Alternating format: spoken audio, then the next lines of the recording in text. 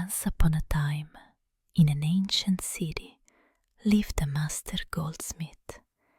He was poor but honest, and his grey hair was more noble than the silver he had worked with all his life.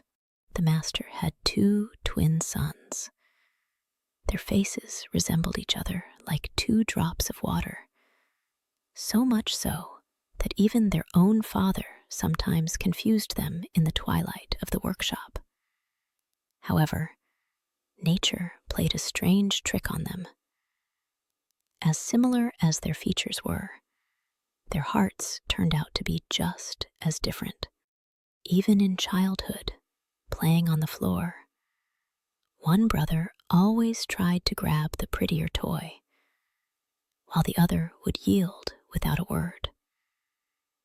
The first was mesmerized by the cold, dead gleam of gold, while the second rejoiced in the living warmth of the fire in the forge. It seemed they were forged in the same flame, but one turned out hard and cold, like gold, and the other soft and warm, like copper. The older brother, born only a moment earlier, grew up proud and envious. Looking at his father's creations, he saw not art, but only clinking coin. In his dreams, high palaces crowded, where he sat on a throne, accepting the worship of the crowd. For him, gold was only a cold instrument of power and profit. The younger, however, was distinguished by meekness and compassion for all living things. He could listen to the singing of birds for hours, or help a weary traveler, asking for no reward. In his craft, he sought not gain, but the opportunity to reveal to the world the hidden beauty of metal. The chasm between them widened with each day. One wanted to possess the world, greedily clenching it in his fist, while the other only wanted to live in harmony with it. And this simple difference determined all their future paths. Time passed. The sons became stately young men, and the old workshop grew too cramped for them. The father understood that he had passed on all his skill to them, but his meager earnings were no longer enough for 3. With a heavy heart, the old man decided to let his children go out into the big world. As a farewell, he gave each a crust of bread, and, looking into his son's eyes, pronounced his main instruction: go out into the world, seek your fortune. But remember one thing: a person's heart is the best judge of his actions. Listen to your heart. And he released them, like 2 arrows shot from the same bow, not knowing that one would fly straight to the target and the other into the void. Soon the brothers left the city and found themselves at a fork in the road. The path split in 2 here. To the east ran a wide road, trodden by thousands of feet, leading to bustling merchant cities. To the west, a narrow, barely noticeable path went off, disappearing into the thicket of a dense forest. The older brother, without a moment's thought, stepped onto the wide tract. "Gold and glory await me here," he exclaimed, and, without even a glance back at his brother, quickly strode away. The younger only sighed quietly, looking at the dark thicket. "And I will go where no man has set foot before," he decided, and stepped under the canopy of the trees. Thus one went down the road paved with human greed, and the other along a path laid only by the breath of the wind and the tracks of wild beasts. The dense forest met the younger brother, not with silence, but with someone's pain. First, he came upon an old bear who was roaring piteously, cradling its paw. The young man was not afraid. He pulled out a huge splinter and, taking pity on the emaciated beast, fed it his only crust of bread. Walking further, he saw a wolf whose paw was caught in an iron trap. Forgetting the danger, the brother forcefully pried open the deadly jaws, granting the predator freedom. And then he saved a red fox, driving away a pack of vicious dogs that had cornered the poor thing up a tree. He gave his last and risked himself, asking for nothing in return. He walked through the forest not as a master, but as a guest, and his heart was open to any trouble, be it the roar of a mighty bear or the quiet squeak of a caught mouse. But these animals were not ordinary. In each of them flowed ancient, magical blood. The old bear bowed low to the young man and rumbled, "You saved me. If you ever need strength, capable of crushing rocks, just call me." The wolf, its eyes flashing, said, "You granted me freedom. If you ever need speed and fury, capable of catching the wind, just call me." And the fox whispered, "You saved me. If you ever need cunning, capable of deceiving death itself, just call me." Thus the young man gained a loyal company. He sought neither servants nor armies, but his kindness itself gathered for him a force more loyal than any king's army, for it was bound not by gold, but by gratitude. Finally, the ancient thicket parted. Led by his new friends, who pointed out safe paths, the young man came to the borders of a majestic kingdom. However, instead of noise and prosperity, he was met with an oppressive, dead silence.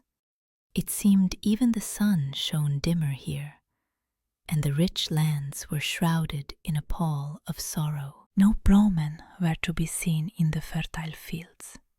The city gates stood tightly shut, as if awaiting a siege. The rare passers-by hid their faces in fear, on which a seal of terror was frozen.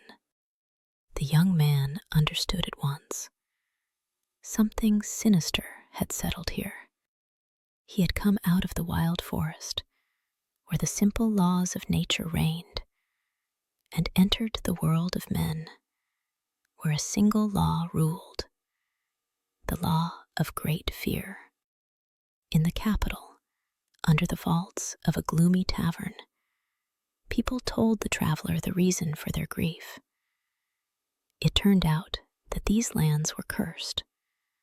A terrible 7-headed dragon had settled on a nearby mountain. Every month, the insatiable monster demanded a terrible tribute, the most beautiful maiden. Many brave knights had tried to slay the beast, but none had returned alive. And now, misfortune had knocked on the highest doors.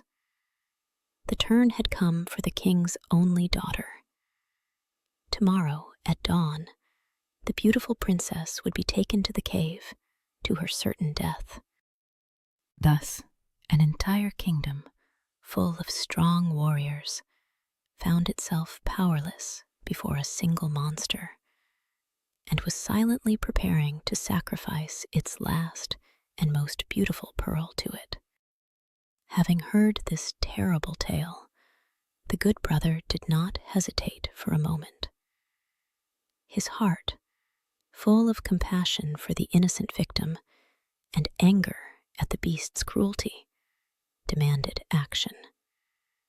He stood up and, looking the innkeeper straight in the eye, said firmly, "Show me the way to the mountain.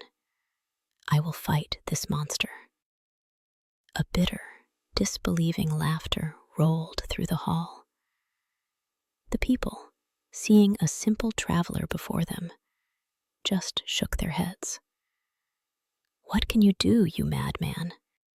The best knights in shining armor have perished there without a trace, and you want to go to your certain death?" But the young man remained adamant, and he, who had neither armor nor a noble name, at that moment turned out to be the only true knight in the entire kingdom. For he was led not by a thirst for glory, but by the command of his heart.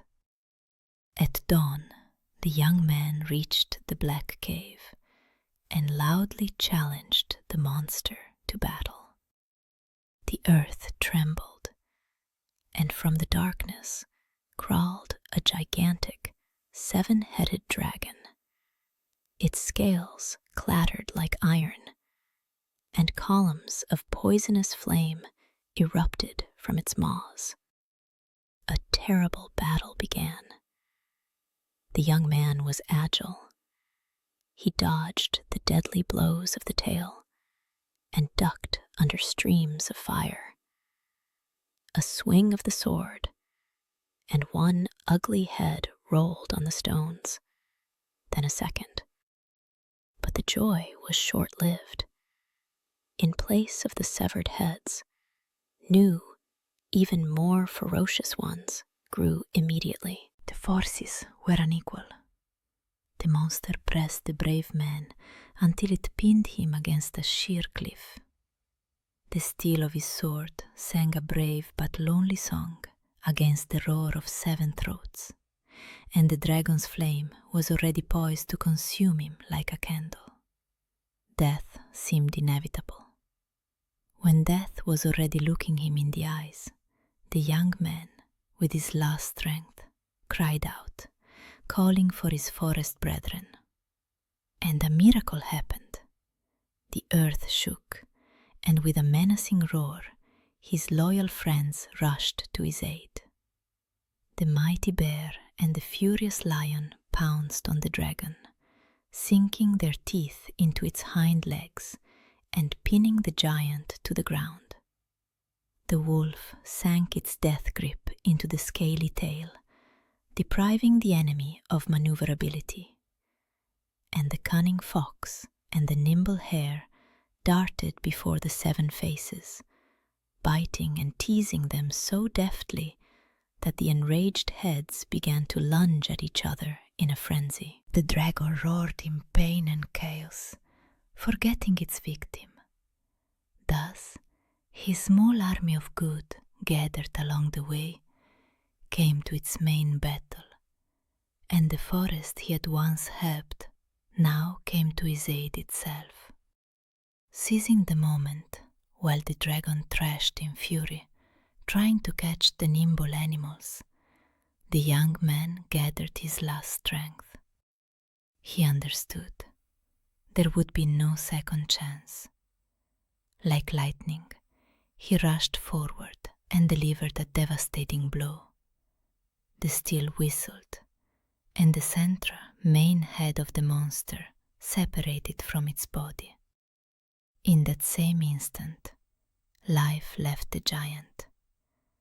The other 6 heads drooped powerlessly, and the enormous carcass, with a crash that shook the mountains, collapsed to the ground. A ringing silence fell. Evil was vanquished. The tired victor stood over the defeated enemy in the circle of his saviors. And the sword, guided not only by the strength of his hand, but also by the loyalty of his friends, finally brought long-awaited peace to this kingdom. The capital met the hero with the ringing of bells and a sea of flowers. The people carried their savior into the palace on their shoulders, and the king, weeping with happiness, immediately betrothed him to his saved daughter. The wedding was magnificent, the likes of which the world had never seen. Wine flowed like a river, and the music did not stop for a week. Yesterday's poor man became the heir to the throne. He learned the science of governing the state, and his loyal animals, the bear, the wolf, the fox, and the hare, now lived in the royal chambers, feasting on delicacies from golden platters. And yet, amidst the universal jubilation, the young man's heart ached with longing. He often looked at the road, remembering his twin brother, of whom there was no news. Thus, he who had left home with only a piece of bread found both a princess and half a kingdom, proving that a good heart is the greatest treasure of all. Meanwhile, the older brother, whose dreams of gold had turned to dust, returned to his native city, a beggar in rags. Learning of this, the newly made prince did not gloat. He hurried to his brother, embraced him tightly, forgetting old grievances, and invited him to share the royal life with him. As a farewell, he placed his old hunting knife with a silver handle in his brother's hand. "Take it. This is no ordinary blade. As long as I am alive and well, its blade will shine like a mirror. But if misfortune befalls me, it will be covered in rust in that same moment. That will be the sign." Thus he gave him not just a knife, but a living mirror of his soul, and entrusted his life to the one who had envied him all his life. One day the young king, recalling days gone by, went hunting with his animal retinue. A ghostly white deer flashed in the thicket, luring him into the very depths of an unfamiliar, gloomy forest. The young man got carried away with the chase and did not notice how the twilight thickened around him. Suddenly, heavy enchanted nets fell from the branches, hopelessly entangling both the rider and his mighty friends. From the shadow of the ancient oaks emerged a hunched figure in rags. It was an ancient witch, and her eyes burned with the cold fire of hatred. "You took my beloved child from me," she hissed, pointing a bony finger at the hero. "The dragon was my pet, whom I raised, and I have come for payment." Thus, the hunter himself became the prey, and his greatest feat became the cause of his new, even more terrible misfortune. The king and his loyal beasts desperately tried to break free from captivity, but the bonds, soaked in dark magic, only dug deeper into their flesh. The witch laughed a creaky laugh, like the crackling of dry wood.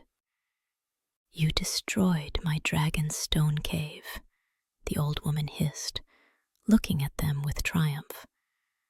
"So become stone yourself." She waved her gnarled stick, and a terrible curse fell from her lips. In that same moment, the warmth of life left the captives. The mighty bear, the swift wolf, the cunning fox, the lion, the hare, and the young king himself froze in unnatural poses. Their living, warm hearts froze in cold stone, and they became silent monuments of vengeance, hidden in the densest forest thicket. The forest sank into a dead silence. In the very moment the spell bound the king, something went wrong in the distant palace. The older brother, surrounded by undeserved luxury, but still consumed by secret envy, was carelessly peeling an apple. Suddenly, his hand faltered. The shining, mirror-like blade of the magic knife began to cloud over.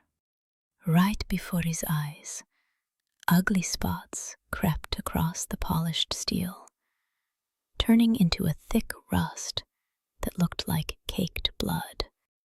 A cold horror seized the young man's heart, and in his memory, his twin's parting words thundered.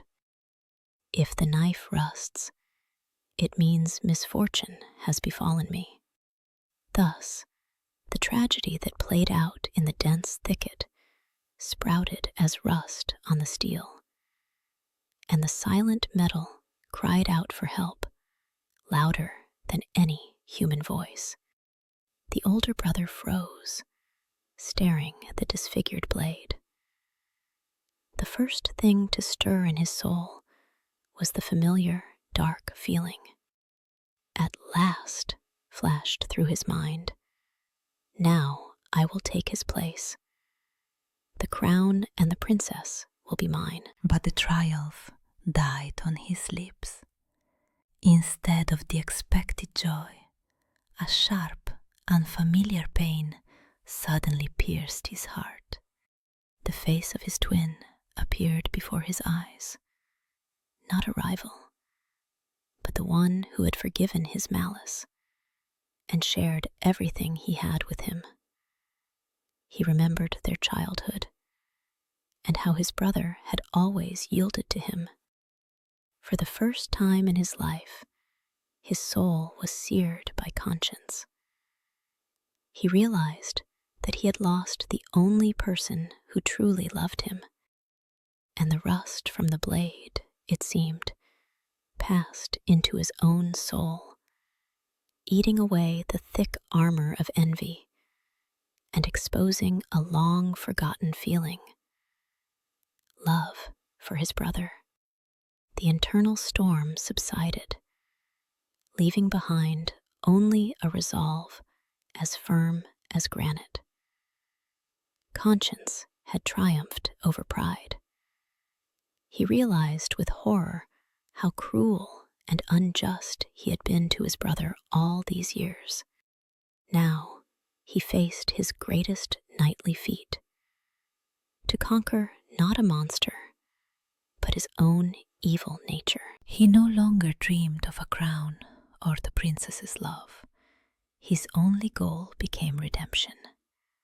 He had to find and save his brother, even at the cost of his own life.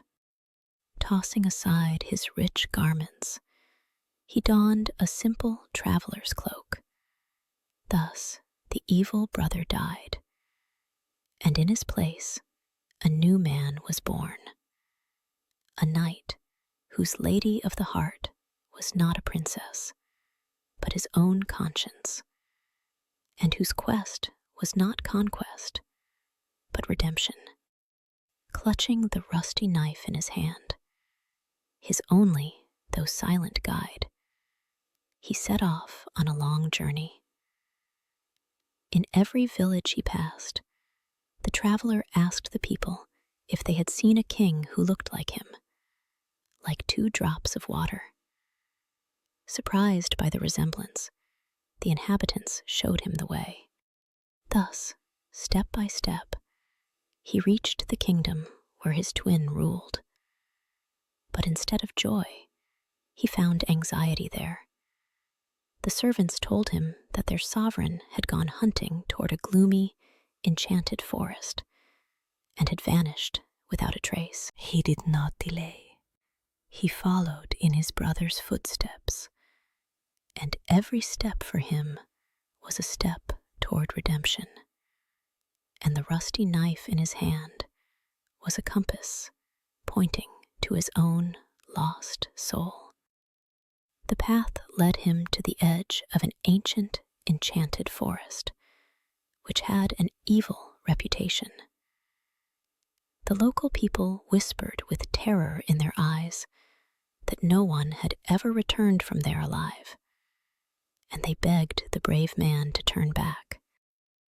But the traveler, without a moment's hesitation, stepped under the gloomy, oppressive canopy of the ancient trees. The forest met him with a sinister, dead silence, and the branches reached for him like the bony hands of enemies. He looked at the knife. The rust on the blade had become thicker and blacker, as if filled with fresh blood. It was a sure sign. He was on the right path. Gripping the hilt, he moved deeper into the thicket, peering intently into the twilight. He entered the forest that everyone feared, for his own fear of losing his brother was stronger than any sorcery. In the densest part of the thicket, he came upon a lopsided, wretched hut. As soon as he approached, the door flew open, and an enraged old woman leaped onto the threshold. Seeing the traveler, she began to shake with rage, mistaking him for her captive who had miraculously thrown off the spell. "How dare you!" the witch shrieked, sputtering with saliva. "I turned you and your beasts into silent stone, and here you are again, alive and unharmed? Well, just you wait. Now I will grind you to dust." Thus, in a fit of insane fury, she herself revealed the terrible secret of the brothers' disappearance. The old woman raised her gnarled stick, confident of an easy victory, and her rage, which blinded her, became for him a light that dispelled the fog of uncertainty and pointed him directly to his enemy. A furious battle ensued. The witch, screeching curses, hurled clods of dark fire at the brave man and turned dry branches into venomous snakes. But he was no longer the envious youth he once was. Now he fought not for himself, not for gold or glory, but for the life of the only person dear to him. This new, pure strength, remorse, and brotherly love filled his muscles with steel and his heart with courage. He deftly dodged the spells and chopped at the enchanted serpents, relentlessly closing in on his foe. This was his battle for his own soul, and every blow he struck was not just a blow of the sword, but a blow against his own past, against his envy, against his malice. And in fighting the witch, he was, in fact, killing the beast in his own soul. In the end, with a skillful blow, he knocked the magic staff from the old woman's hands and pinned her to the damp earth. "Tell me where my brother is, or this moment will be your last," he demanded menacingly. Defeated, but not broken in her hatred, the witch hissed, spitting poisonous saliva. "You will find him in the clearing of the 7 Oaks. But you cannot save him, fool.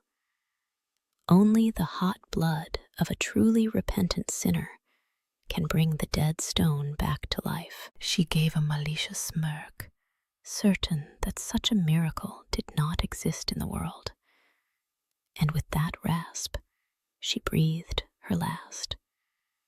Thus, in dying, she threw him a final riddle, not knowing that before her stood the only person in the world who held the key to its solution, his own repentant heart. Following the witch's sinister instruction, the traveler made his way into the very depths of the forest and came out into a clearing surrounded by 7 ancient oaks.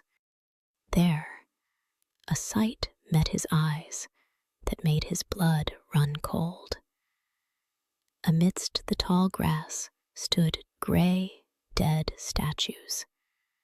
The bear, the wolf, the fox, the lion, and the hare were frozen in a furious battle charge, forever trying to shield their master from an unseen peril. And in the center of this silent battle stood him, his twin brother, turned to cold granite. The traveler approached and touched the icy cheek with a trembling hand. Hot tears of repentance rolled down his face. He looked at the features that were an exact copy of his own, but now they were cold and lifeless, and this stone silence was louder to him than any scream. The old woman's words haunted him, the blood of a repentant sinner. He understood that she was talking about him, but blood alone was not enough. A precise ritual was needed. Not losing hope, the traveler returned to the deserted hut and began to search. He turned everything upside down until he found a hidden compartment under the rotten floorboards. In his hands was a heavy book bound in black leather. With a sinking heart, he flipped through the pages, inscribed with sinister runes, until his eyes caught on the right lines. This was it, the ancient spell of stone's revival. And in a book full of death spells, he found the one and only spell of life, making the pages that smelled of evil serve good. The traveler returned to the clearing of the 7 oaks, where time was frozen in stone. The ancient tome stated, the spell would only be broken by a drop of blood from one who had completely renounced his malice. The witch, without knowing it, had given him the key to salvation. The young man took out a simple knife. His hand did not tremble. He made a deep cut on his palm, and a hot, scarlet drop fell directly onto the cold chest of the stone statue, to the place where the heart should beat. Under the forest canopy, the words of a forgotten spell echoed, and his blood, which for so long had been poisoned by black envy, now, purified by sincere repentance, became the water of life, capable of awakening even dead stone.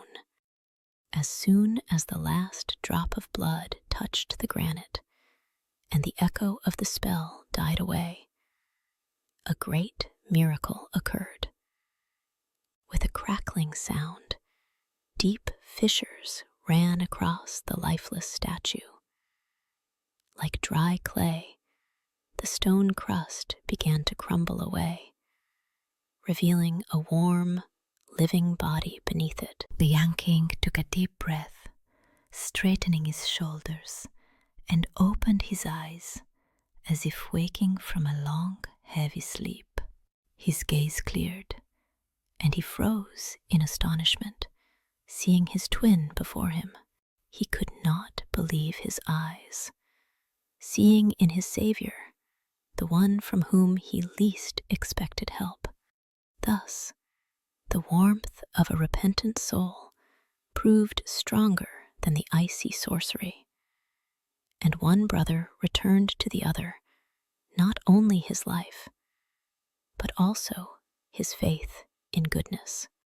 As soon as he awoke from the magical sleep, the good king's first thought was not for his own salvation, but for his loyal friends. He looked with alarm at the frozen figures who had sacrificed themselves for him.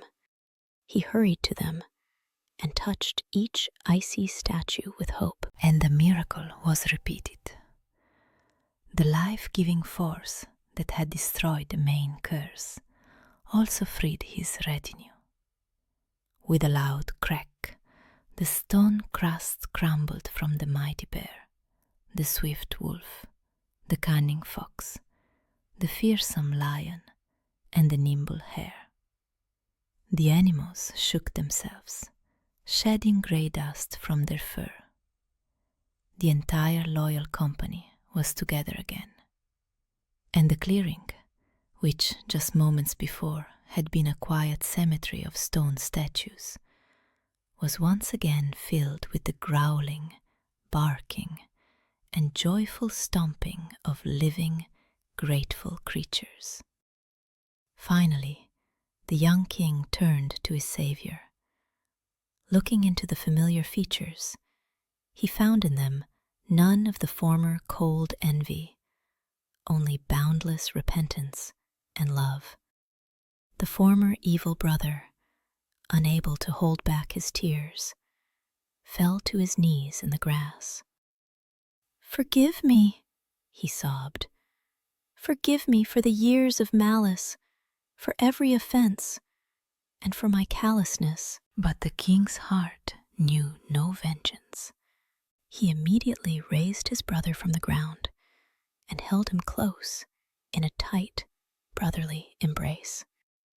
"My dear brother," he said quietly, "you saved me, risking everything.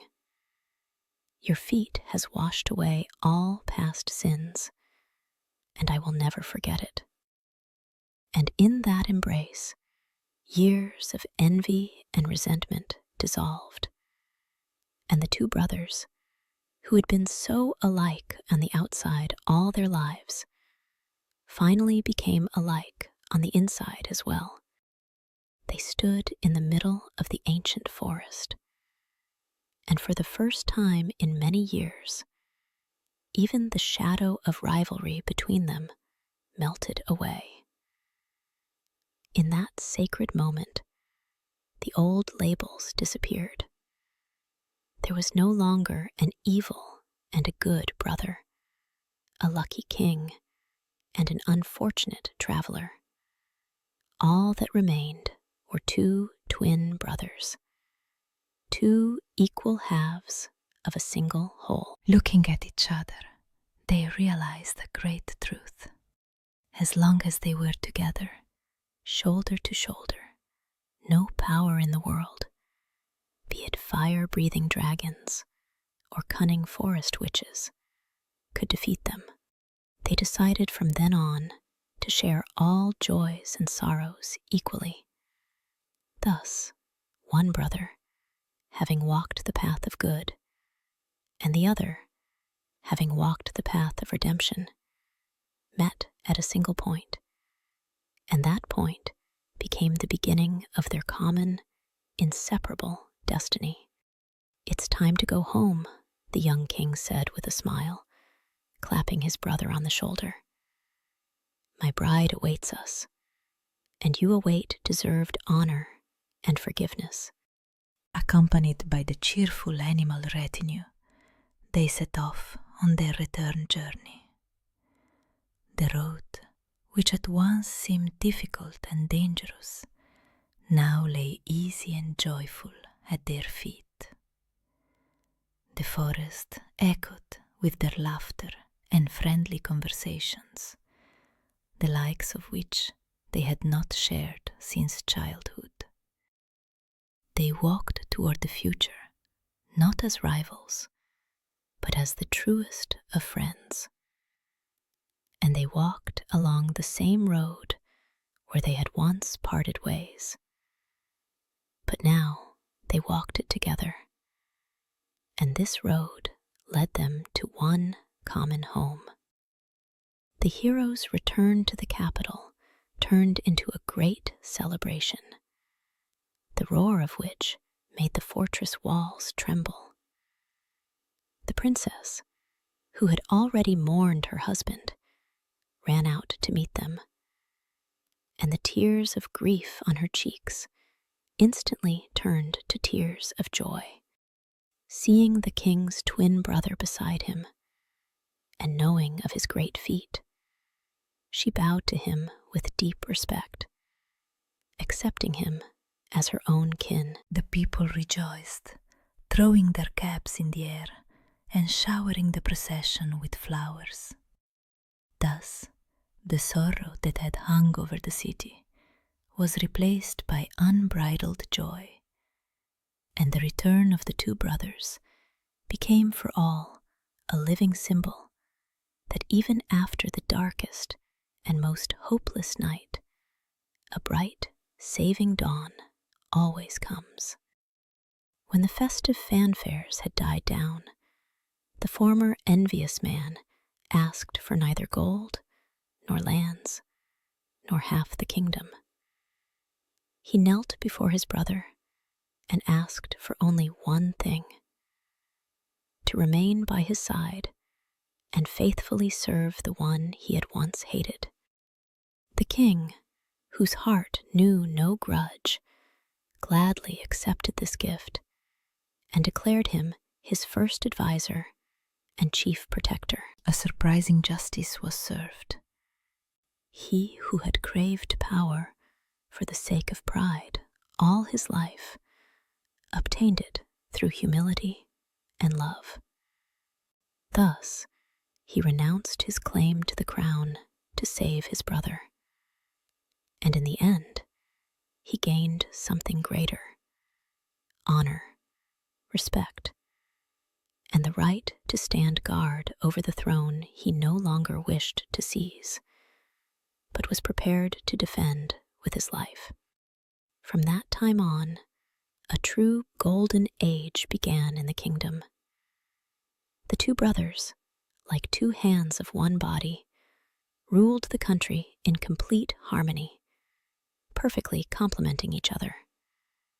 The king brought bright kindness and endless compassion to their rule, caring for every last subject, even the humblest. His brother advisor, who had known and conquered the darkness within himself, gave their rule the necessary firmness. He kept a watchful eye on order, protecting the state from enemies and treachery, which he could now sense from a mile away. Thus, the mercy of one brother became the loving heart of the kingdom, while the stern wisdom of the other became its reliable sword and shield. Uniting kindness and strength, they created an unbreakable harmony, and their land became the most prosperous realm in the entire world. Years turned into decades, and the brothers ruled long and happily, and their unbreakable friendship became an example for their subjects, shining brighter than any gold. Over time, their amazing story stepped beyond the palace walls and became a legend. It was a tale of how even the most callous heart, poisoned by envy, can be healed by the living water of repentance and love, and of how there is no power in the world more mighty than the sacred bond of brotherhood. This power is capable of crushing the fury of dragons, dispelling the spells of evil witches, and even reviving cold, lifeless stone. And in their kingdom, this truth was repeated for centuries to come, as a reminder The most terrible enemy one must defeat is the darkness in one's own soul. And the greatest reward is not a crown, but the forgiveness and eternal love of a brother.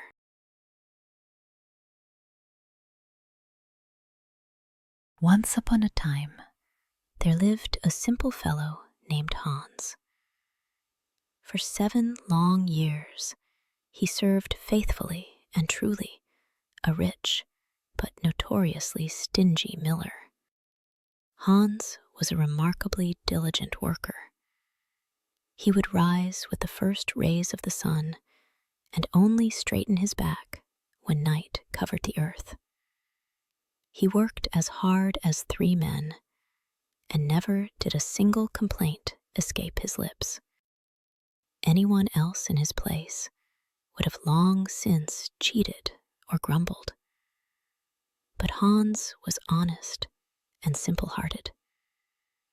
He did not chase after immense riches, finding a quiet joy in conscientious labor. 7 times winter turned to summer, and Hans still worked just as hard. The flour he milled was as white as snow, and his soul was as pure as spring water. And so the day came when the term of his agreement expired. Hans, brushing the flour dust from his clothes, stood before the stern miller. He took off his cap, bowed courteously, and spoke in a calm voice, full of dignity. "Master," said Hans, "for 7 years I have served you faithfully and truly, knowing no rest in heat or cold. But now a longing for home squeezes my heart.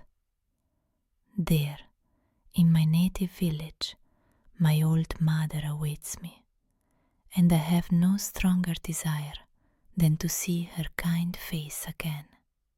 He had given the master the best years of his youth, and now he asked for only one thing: the dusty road that led to the threshold of his home. "Please, let me go to her, and pay me the wages I have honestly earned with my labor." The miller's face darkened. Parting with his ringing coins was what he loved least in the world. For a long time he furrowed his brow, pondering how to send the worker away and save his purse. And then a cunning thought dawned on him. He went down to the cellar and, grunting, brought out a huge ingot of gold, the size of a good human head. "You have worked splendidly, Hans," the master proclaimed with feigned solemnity, struggling to hold the weight in his hands. "And your pay will be fit for a king. Here are your wages for all 7 years. Take it and carry it if you can." The miller's eyes gleamed predatorily.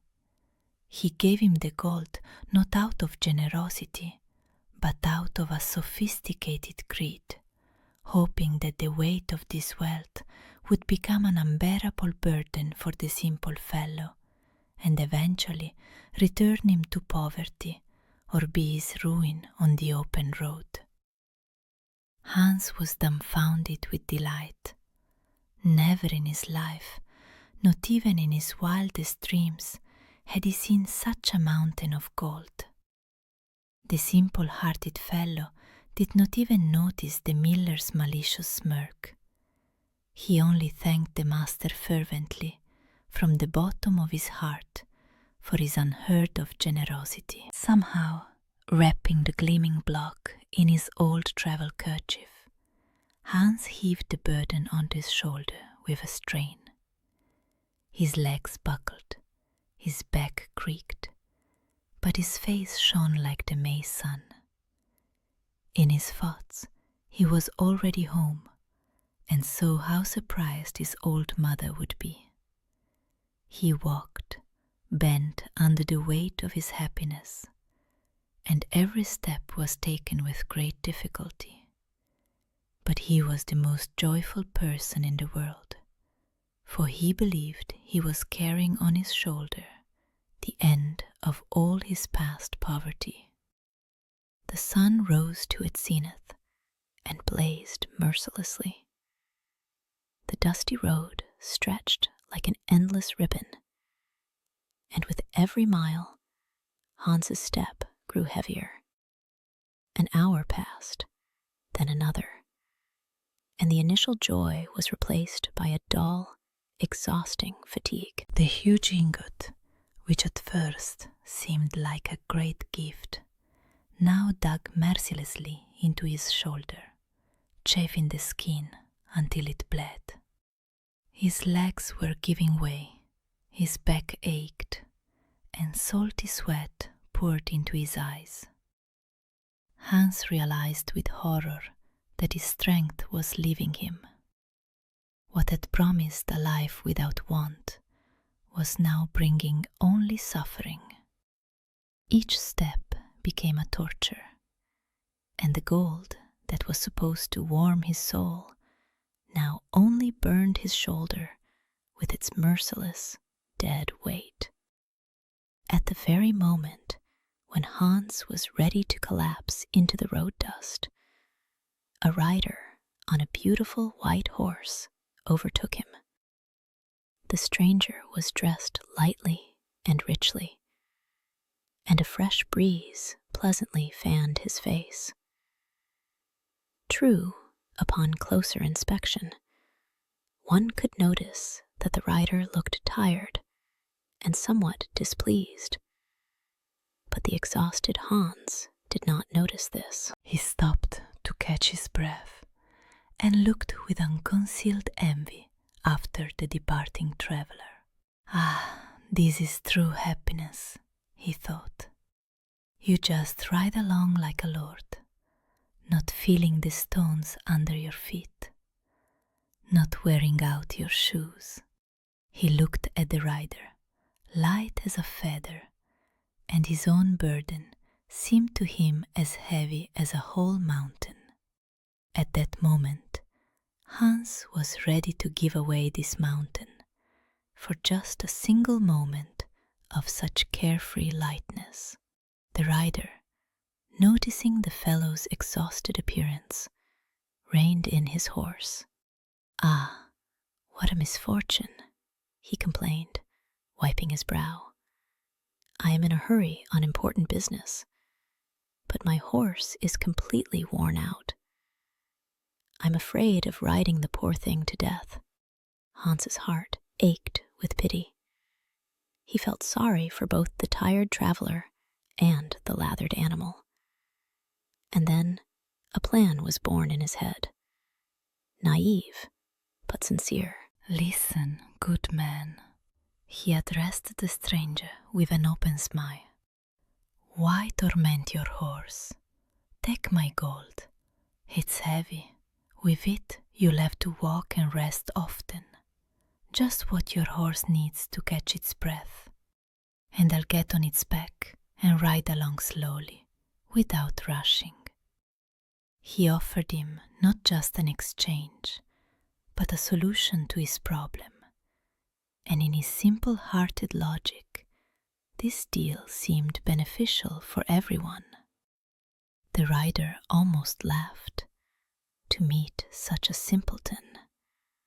Not believing his luck, he hastily agreed before the fellow could change his mind. Dismounting, he handed the reins to Hans, heaved the heavy ingot onto his shoulder with a grunt, and, bending under its weight, slowly trudged down the road. Hans, however, leaped into the saddle as lightly as a bird. What bliss it was! He felt like the happiest man in the world. Now he was riding like a lord, glad that he could rest himself and had helped the traveler. Thus he exchanged heavy gold for light freedom and rode on, and his heart was as light and bright as his shoulders. Hans rode cheerfully down the road, feeling like a true knight. But the midday sun beat down ever more strongly, and soon the fellow's throat became dry.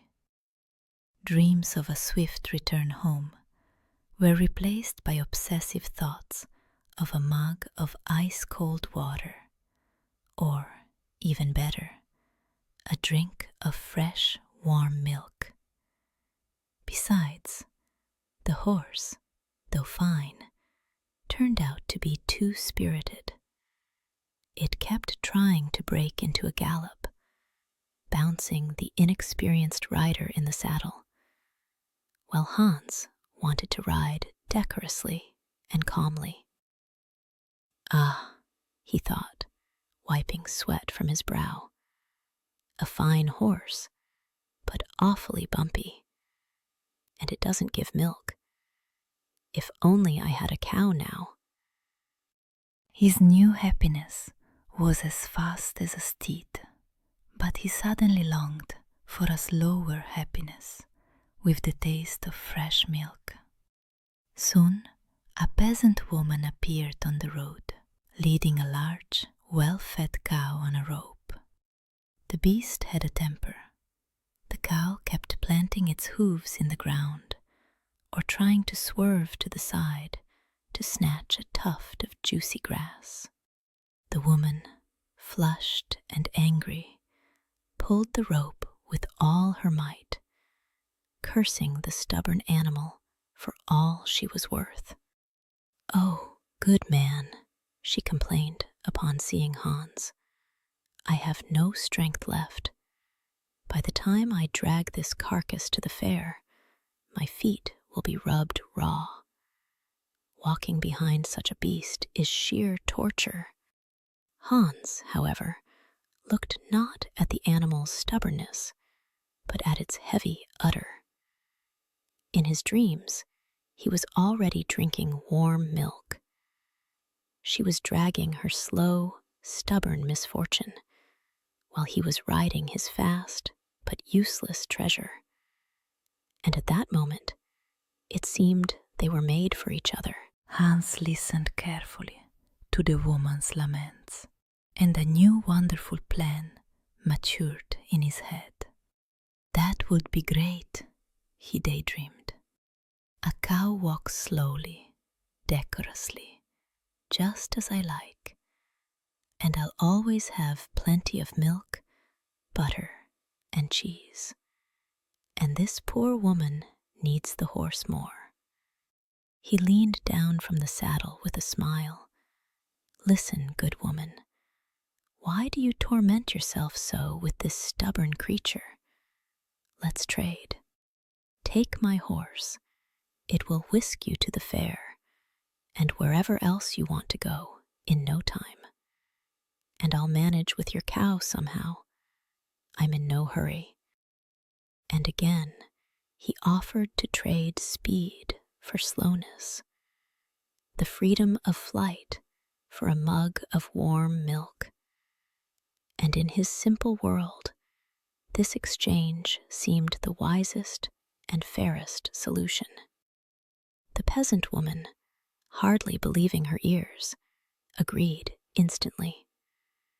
She hastily thrust the rope into Hans's hand, somehow scrambled onto the horse, and galloped away, afraid the fellow would change his mind. Hans, beaming with pleasure, immediately sat down beside his new friend. He milked a little milk into his dented cap and drank it greedily. Ah, how delicious it was! Now he felt absolutely happy. Hans, unhurriedly, with a rolling gait, trudged on down the road. He had exchanged a fast steed for a slow cow without regret, and with her he found what he had been missing so much, desired tranquility, and a taste of true village happiness. Hans ambled along slowly with his cow, enjoying the peace. But by evening, having reached a large village, he suddenly found himself immersed in a sea of sounds and colors. Music was playing everywhere. Festively dressed people were dancing, and long tables were set right on the street. It turned out the local butcher was marrying off his son. As is the custom, the good-natured traveler was immediately seated at the festive table, and his cow was tied to a wicker fence.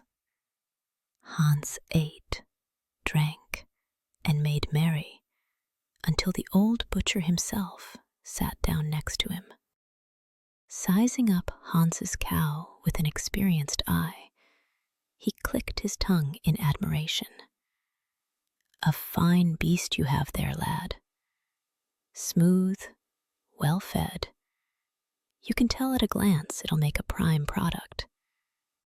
He had been walking in silence on a dusty road and found himself in the very center of a noisy celebration. And for one evening, his modest journey merged into the turbulent river of someone else's joy. The butcher, having struck up a conversation with Hans, suddenly grew gloomy. "We're having a big celebration," he sighed, "but the main course has let us down. Last night, the best pig I was preparing for the wedding roast was stolen from my sty. Now I don't know what to feed the guests, how to honor my own son at his wedding." Hans, seeing the butcher's sincere grief and not wanting someone else's celebration to be spoiled, immediately felt compassion. Without much thought, he got up from the table and led his cow to the butcher. "Don't grieve, good man," he said with a broad smile. "Why do you need a pig? Take my cow. It will make such a splendid feast that the guests will remember this wedding for a long time to come." And he, who had nothing to his name but this cow, gave it away with ease to save another's celebration. For the joy of others was more precious to him than his own possession. The butcher was struck dumb by such generosity and nearly burst into tears. He didn't know how to thank his savior. "I have no spare coins to pay you for the cow," he confessed, pressing a hand to his heart. "But please, take as a gift the best thing I have left." He led his guest to the poultry yard and proudly brought out a huge fattened goose he had been saving for his family. Hans gladly accepted the gift, but as soon as he took the bird in his hands, he was surprised. The goose was much heavier than it looked. In the rays of the setting sun, its feathers suddenly gleamed not with down, but with pure cast metal. Hans froze, realizing that this bird was magical. Thus he had exchanged simple milk for pure gold without knowing it, and his last good deed had brought a real, living treasure into his hands. Having feasted his fill at the merry wedding, Hans bid a warm farewell to the butcher and the guests. He adjusted his new companion, a hefty golden goose, more comfortably under his arm, and decided not to linger. People said that the big city, the capital itself, was just a stone's throw away, and Hans wanted to greet the dawn there. The night coolness was invigorating, and the bird warmed his side cozily. Hans walked cheerfully down the road, humming to himself. "What a lucky fellow I am," he thought with a smile. He was walking on a dark road. no longer having gold, nor a horse, nor a cow, but he was richer than ever, for he was carrying his own little feathered son under his arm. Reaching the city gates, Hans stopped for the night at a roadside inn. As soon as the innkeeper saw the strange bird, his eyes lit up with a wicked gleam. The golden feathers were so tempting, promising easy profit. While this country bumpkin is dreaming, the scoundrel decided, rubbing his hands, I'll pluck at least one feather from the goose. No one will notice the loss, and I'll be rich in an instant. The innkeeper had 3 daughters, as greedy and envious as their father. They whispered in the corners, burning with impatience as they waited for night to fall.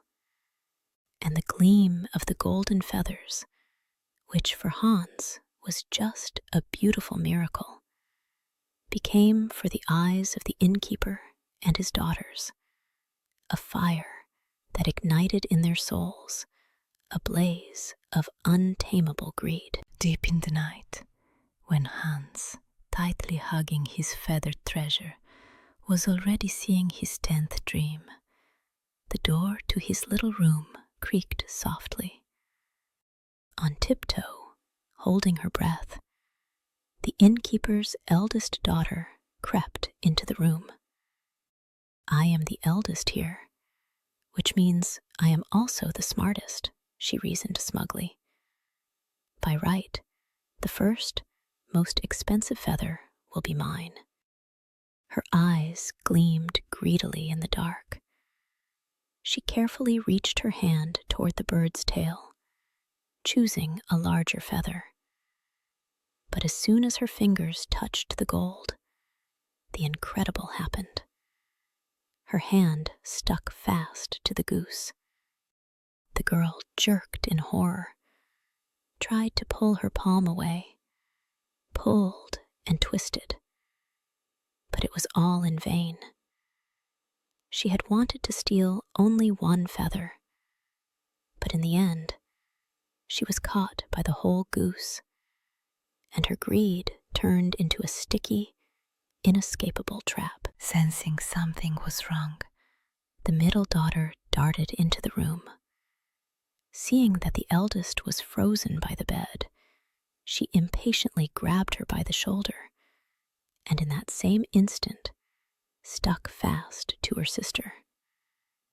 Next, burning with curiosity, the youngest ran in, grabbed the middle one by the waist, and she met the same unenviable fate. Finally, hearing the suspicious commotion, the innkeeper himself appeared in the doorway. In anger, he yanked the youngest daughter by the arm, wanting to stop the nightly disgrace, but immediately became the last link in this living garland. And so the 4 of them remained frozen in the most absurd and contorted poses. Greed had bound them with a single chain, stronger than any anchor chain, and they, 4 unlucky thieves, were forced to spend the rest of the night in dead silence, afraid of waking Hans, having become unwilling prisoners of the treasure they so wanted to steal. In the morning, Hans woke up and, seeing the company stuck to the goose, was not the least bit surprised. In his holy simplicity, he decided they had simply grown very attached to his bird. Well, if you want to go with me so badly, he shrugged, so be it. He tucked the goose under his arm and strode cheerfully out into the street. The innkeeper and his daughters, stumbling and silently cursing everything in the world, were forced to scurry after him, forming a ridiculous living tale. On the road, Amidst the city's hustle and bustle, a sad rumor reached Hans. People whispered that in the palace, a beautiful princess was wasting away, her heart bound by such sorrow that she had never once laughed in her life. He walked on, leading a living garland of human greed behind him, while his thoughts already rushed toward the great sorrow that lived behind the palace walls. The people in the square told Hans with trepidation that the king, her father, was in complete despair. He had tried every means. He summoned the best jesters, clever buffoons, and sweet-voiced musicians from all over the world. But all was in vain. No one could bring even a shadow of a smile to his daughter's beautiful but cold face. Finally, having lost hope, the monarch issued a decree, which town criers were now loudly proclaiming on every corner of the capital. The royal word declared, "Whoever manages to make the princess laugh, no matter who he may be, a noble prince or a commoner of no lineage, will receive her as his lawful wife and half the kingdom to boot." Thus, the laughter of a single girl became the most valuable currency in the kingdom, and her fleeting smile was valued at half a golden crown. Hearing of this trouble, Hans was filled with deep sympathy for the unfortunate girl. In his simple but pure soul, not a stir of greed or vanity arose. He wasn't even thinking about half a kingdom. He was frightened only by the thought that the young princess was fading without joy, like a flower without sun. This is not right, Hans decided. I must help the poor thing. Perhaps she will take a liking to my wonderful company. Not for the reward, but at the bidding of his kind heart, he turned toward the castle.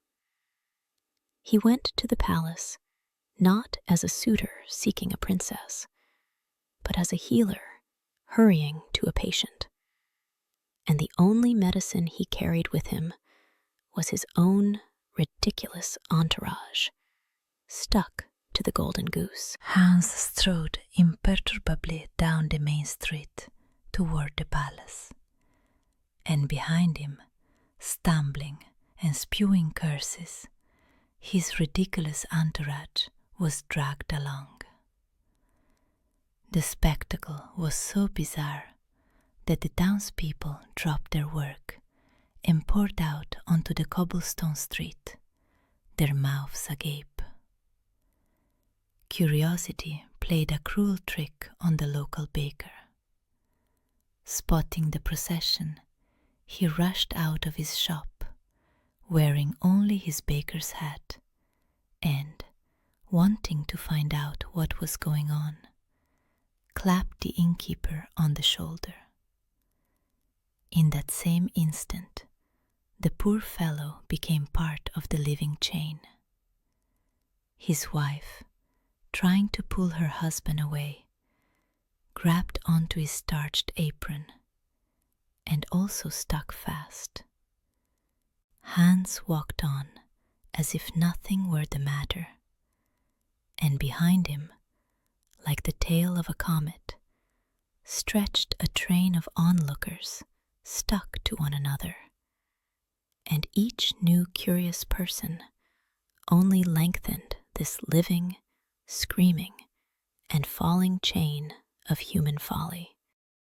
At that very hour, the princess, as was her custom, was languishing on a carved balcony, gazing listlessly at the square. Suddenly, her gaze fell upon the bizarre procession. A serene fellow with a goose was walking at the front, and behind him, as if sewn on, a line of townspeople tumbled and kicked. At first, a timid, uncertain smile touched the girl's pale lips.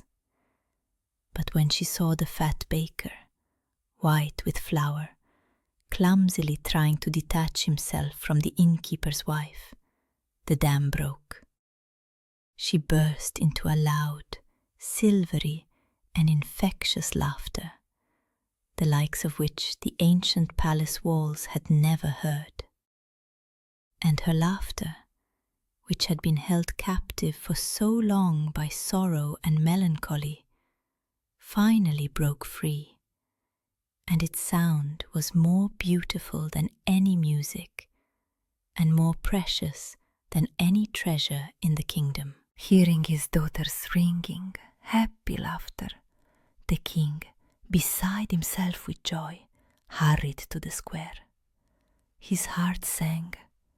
At last, the spell of sorrow was broken. But when the monarch's gaze fell upon the Saviour, the smile instantly slid from his face. Before him stood not an overseas prince in velvet, but a simple, poorly dressed fellow in dusty shoes, and with a goose under his arm to boot. It shall not be that my only daughter marries a commoner. Indignation boiled within him. The king decided to cheat and break his word, just to get rid of such a son-in-law. At that moment, joy in his heart battled with pride, and, unfortunately for Hans, royal arrogance proved stronger than honor. The king, narrowing his eyes, summoned Hans. "You made my daughter laugh, that is true," he said with cold arrogance. "But only he who proves his unprecedented strength and prowess will become the princess's husband." The monarch planned to ruin the fellow with an impossible task. "Here is my condition. Find me a man who can drink my entire royal wine cellar dry. Succeed, and I will give you the princess. Fail, and I will drive you away." Hans was at a loss. Where could he find such a mighty man? He was a simple fellow, and among his acquaintances there were no such lovers of wine. He recalled his long journey with a pang of sadness and thought, how I could use someone now who is capable of drinking a whole lake. Thus, the laughter that was supposed to be the key to his happiness turned into merely a door to new, even more impossible trials. Hans, not knowing what to do, wandered into the forest. There he met a strange man who could not quench his thirst. Hans, a kind soul, gave him a drink, and in gratitude, the man drained the entire royal cellar in one go, as if it were a mug of water. The king flew into an indescribable rage. His cunning plan had collapsed, but he was not going to give up. Gritting his teeth, the monarch devised an even more absurd trial. "Very well," he hissed. "The wine is drunk, but now find me a man who can eat a whole mountain of bread baked for my enormous army. Succeed, and so be it, the princess is yours." The king tried to break him, erecting new obstacles one after another, not understanding that fate itself had risen to defend Hans's kindness and simplicity, sending him the most amazing oddballs in the world to help. Hans wandered into the forest again, and there met a man who was groaning from an eternal, unquenchable hunger. Without hesitating, Hans offered him his modest bundle of food. In gratitude, the strange man fell upon the huge mountain of royal bread and devoured it in one sitting, not leaving even a crumb. Upon learning of this, the king fell into an indescribable rage and complete despair. He understood his stores were dwindling, and the unwanted son-in-law was still standing on his doorstep. It became clear that he could not get rid of this lucky fellow with ordinary tricks. The monarch decided to go all in and devise a trial beyond the power of mortals. His cunning had run out, and in his madness, he decided to demand the impossible, hoping that against this, the simpleton would surely not find his own oddball savior. The king, hiding his rage behind a mask of icy calm, summoned Hans. "You have found me both a great drunkard and an insatiable glutton," he said with a venomous smirk. "But that is not enough. Only he who proves he can command the very elements will become my daughter's husband." The monarch paused and announced his sentence. "Bring to my court a wondrous ship that can travel equally well on land, like a carriage, and sail upon the sea like a proud vessel. If you have such a ship, you will have the princess. If not, it's off with your head." The king was triumphant. He had demanded a bridge be built between land and water, between reality and dream, being absolutely certain that at this final frontier, the simpleton's luck would finally be shattered to pieces. Hans hung his head, understanding that he could never find such a bizarre ship. With a heavy heart, he left the palace and wandered wherever his eyes led him. His feet themselves led him into a dense thicket, to the very forest where his story began. He sank down in exhaustion under an old oak tree, ready to resign himself to his fate. And then, as if from out of the ground, the same grey-haired old man with whom Hans had once shared his meager lunch appeared before him. "What troubles you, good lad?" he asked gently. Hans, sighing heavily, told him of the king's cruel command, and at the hour when he was ready to give up, fate had once again brought him to the very place where his simple good deed many days ago had sown the seeds of his future triumph. The old man, having listened to the fellow, only smiled slyly into his grey beard. "Do not grieve," he said. "You have already fulfilled the main condition, Hans. You returned laughter to the princess, not for a golden crown or for profit, but out of pure compassion for her deep sorrow. For this rare selflessness, receive your true reward." He struck the ground with his staff. The earth rumbled and split open, and from its depths a beautiful ship with sails of pure silk rose slowly and majestically. "It is yours," said the old man. "It will sail wherever you command, both on the stormy sea and on solid ground." Thus his kindness, which was as light as the princess's laughter, turned into a mighty ship, proving that for true compassion there are no barriers. Hans thanked the old man warmly and climbed aboard the wondrous vessel. A fair wind filled the silks, and the unseen happened. The huge ship slid easily along the paved road.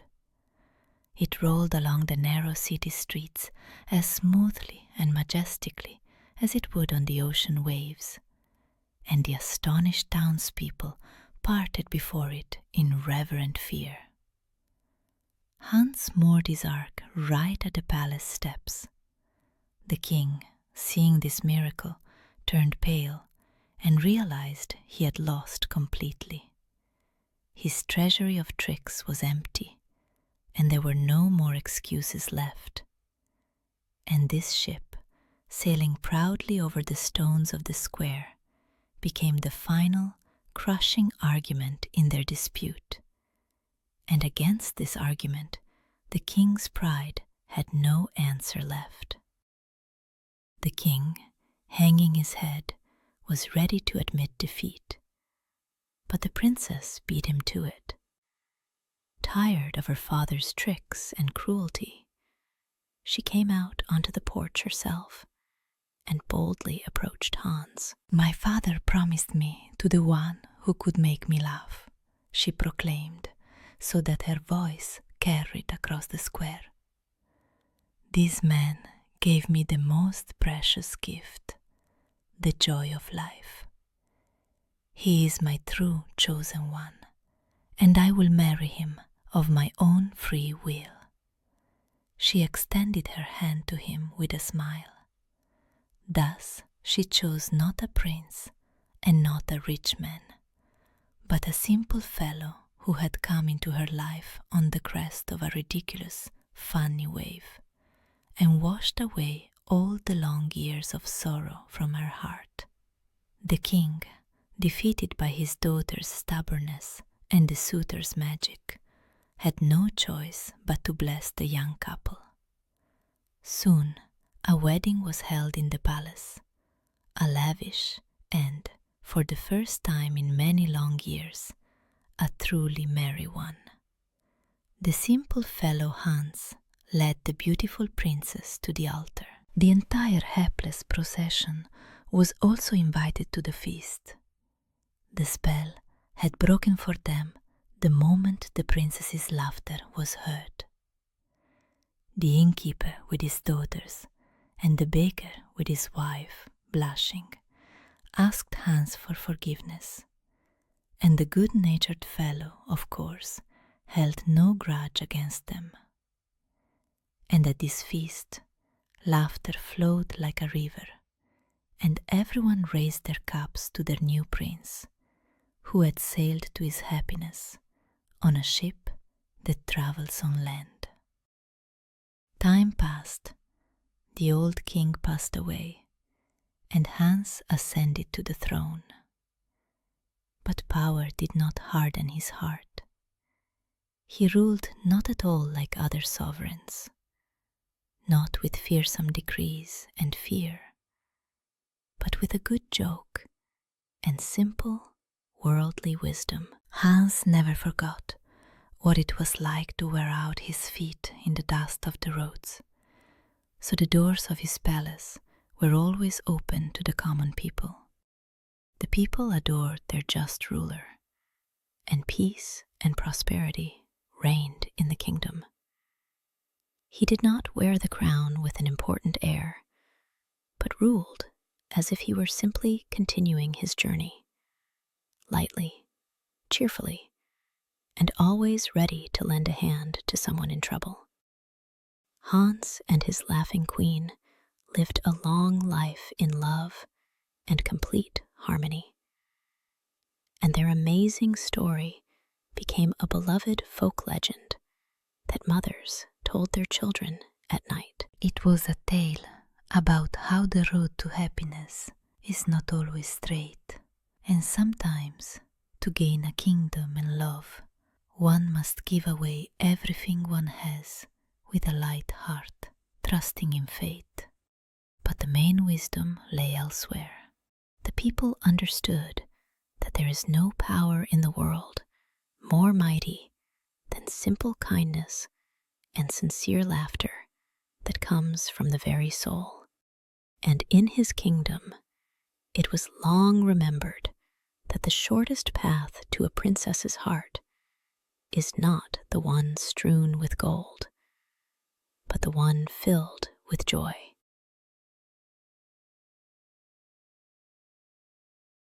Once upon a time, there lived an old tailor, a man honest and uncommonly hardworking.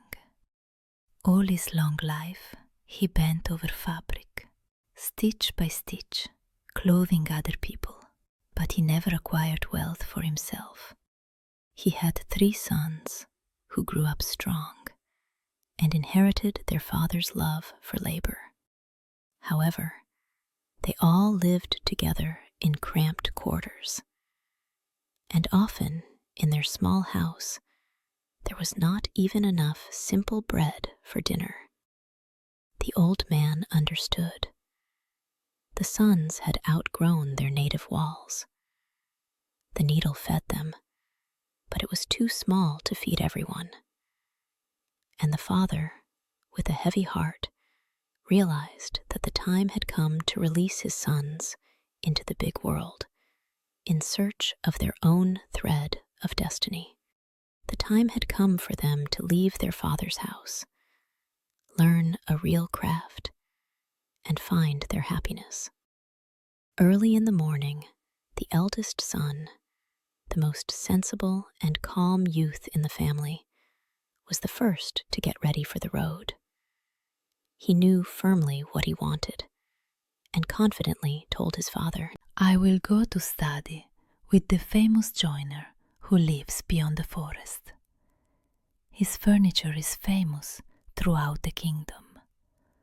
I will become the best master." The old tailor hugged his firstborn with a sad smile. For the road, he handed him a crust of bread and gave his blessing. "Be honest in your work and diligent, son," the old man instructed, "and then your craft will feed you." Bowing to his native threshold, the youth strode away. He went into the world not for miracles, but for a craft, believing that a workbench and a plane were more reliable than any magic. The road dust had not yet settled behind the older brother when the middle son began gathering for the journey. He was an enterprising and grasping fellow, and his thoughts were occupied with something completely different. "Joinery is long and dusty," he declared to his father. "I will go as an apprentice to the rich miller on the river. They say that at his place flour pours into sacks by itself, and money into his purse. I will learn from him not only how to grind grain, but also how to count gold." The old tailor sighed, but blessed him too, again repeating his instruction about honesty. The middle son merely grinned, confident in his wits, and briskly strode away. If the older brother went for skill, then the middle one went for luck, and he believed that the ringing of gold coins was the best music for the ears. Finally, the turn of the youngest son came. He was a man of few words, simple of soul, but possessed remarkable strength that his brothers did not have. "I do not chase after fine work, nor after gold," he said to his father. "I like working with wood, feeling its power. I will go as an apprentice to the old turner in the mountains to learn to turn the strongest clubs." The father only sighed, remembering how the older brothers made fun of this stupid desire, but still blessed him for the road. The youngest son bowed and, without looking back, strode away. He went into the mountains not for glory, but for the strength enclosed in the core of the oak, and his simple choice, which everyone laughed at, in the end turned out to be the wisest. Several years passed. The eldest son all this time worked tirelessly in the workshop of the famous joiner beyond the forest. He turned out to be a pupil uncommonly capable and diligent, absorbing knowledge like a sponge. The youth grasped the innermost secrets of the craft. He learned to hear how the wood sings under a sharp plane, and to create the finest, most graceful forms. He worked not out of fear, but out of conscience, putting his soul into every piece. Soon, rumors about him spread throughout the district, for the apprentice surpassed even his teacher, becoming the best master in the kingdom. The old joiner could not get enough of his successor. His hands learned to understand the language of wood, and under his chisel, dry boards blossomed with wondrous patterns, like spring flowers. When the time came to return home, the master joiner addressed the apprentice. "You were like a native son to me. For your faithful service, I want to reward you." The youth's eyes lit up. He already imagined a heavy purse with gold, or a set of the best tools. But the old man brought out a small, nondescript wooden table. It looked pitiful.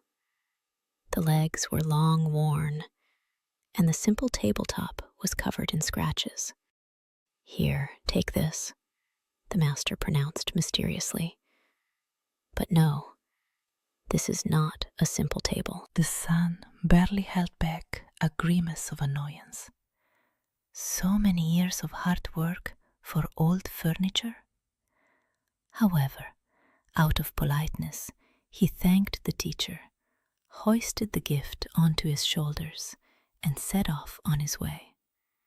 He expected to receive payment for his labor, but received only old junk, and the weight of this table on his back was the weight of his own disappointment. By noon, tired from the long walk through the forest, the son felt hunger cramping his stomach. He decided to take a break, relievedly threw the heavy burden off his back, and placed the table on the grass. Looking at the empty, scratched surface, with a bitter smile, he recalled the master's words and jokingly uttered, "Well then, table, since you are not simple, table, cover yourself." And in that same instant, a miracle occurred. A snow-white, crisp tablecloth covered the old wood. On it, as if from thin air, steaming dishes appeared. Golden roasted chicken, rosy pies, juicy fruits, and a pitcher with cold wine. The youth froze, not believing his eyes. Thus, his joking word, thrown out of hunger and annoyance, turned out to be a powerful spell, and the old wood blossomed with a feast worthy of the king himself. The son, hardly believing his happiness, arranged a royal feast for himself right there in the forest clearing. Now he understood. The old master had handed him a real treasure, more expensive than any gold. Hoisting the table back onto his shoulders, he strode on. But now the burden seemed to him light as a feather. The youth's heart sang with delight. He already saw how he would enter his native home, how the eyes of his father and brothers would widen when the empty tabletop filled with food. Never again would they know what an empty stomach is. And he walked home, carrying on his back not just a table, but the end of all their family poverty, and the beginning of a new, well-fed, and happy life. The evening shadows had already lengthened when the eldest son reached a roadside inn. Deciding to gather strength before the last day of the journey, he pushed the heavy door. Inside buzzed a noisy hall full of motley travelers. But the landlord was already waiting for him on the threshold. The innkeeper broke into a smile, wide as a gate, but his gaze shifted, and his long fingers twitched nervously, as if counting invisible coins. This man, soaked through with cunning and greed, immediately fussed around the guest, scattering sweet speeches and offering the softest feather beds in the best room.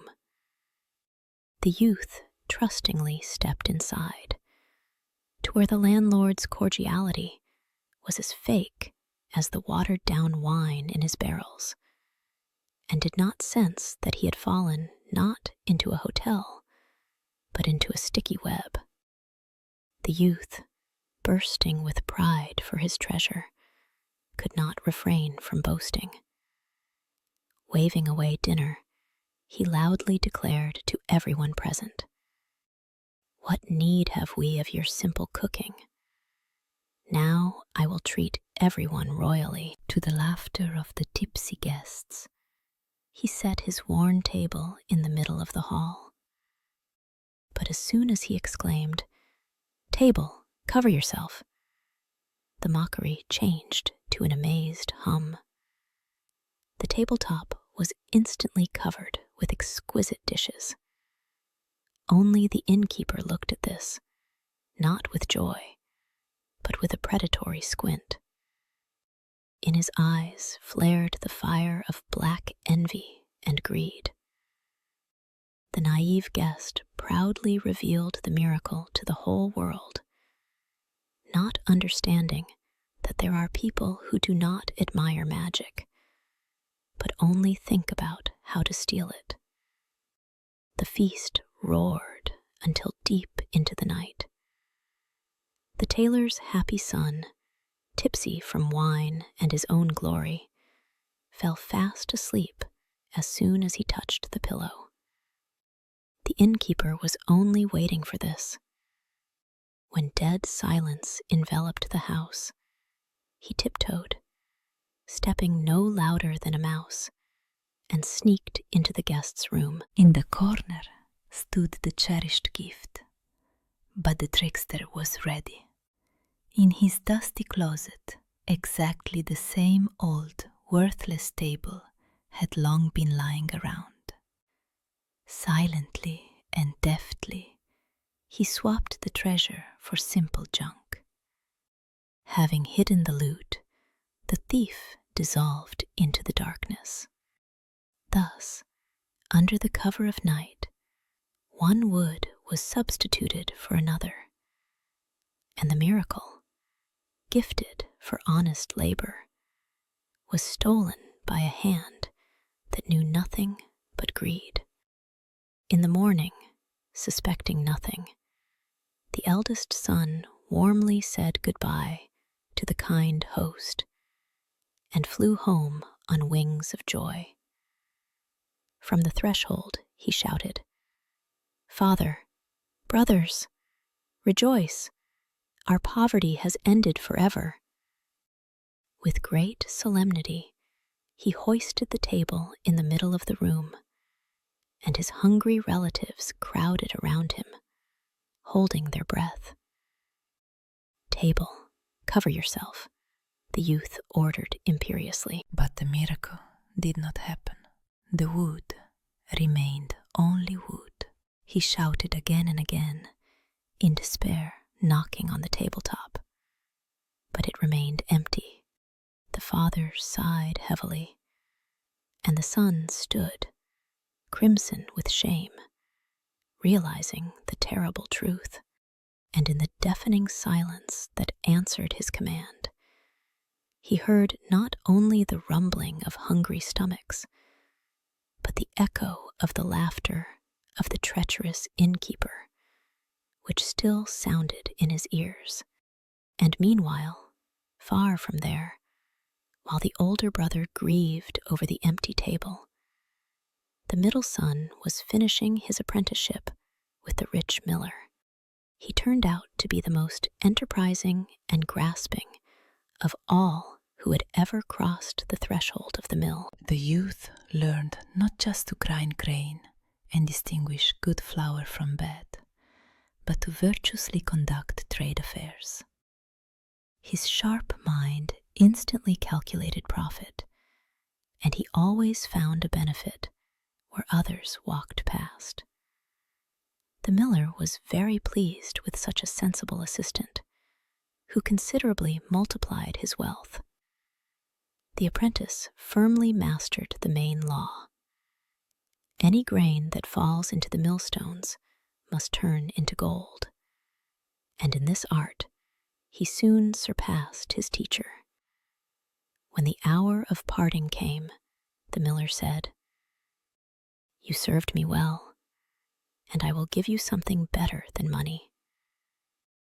He led out of the stall a most ordinary gray donkey. The middle son's face fell with annoyance. He had counted on ringing coin, and they slipped him an extra mouth to feed. But the miller, squinting slyly, leaned close to the apprentice's ear and whispered a secret. This is not a simple donkey. Place him on a clean cloth, say the word brickelbrit, and you will see a miracle. But remember, tell no one about this. The son mistrustfully took the reins. He looked at the grey, stubborn donkey and saw in him only a symbol of his disappointment, not knowing that this nondescript animal was a real, living mint. Impatient to test the miller's words, the middle son made a halt in the forest thicket. He spread his handkerchief on the ground, placed the donkey on it, and incredulously uttered the cherished word, brickelbrit, and immediately the incredible happened.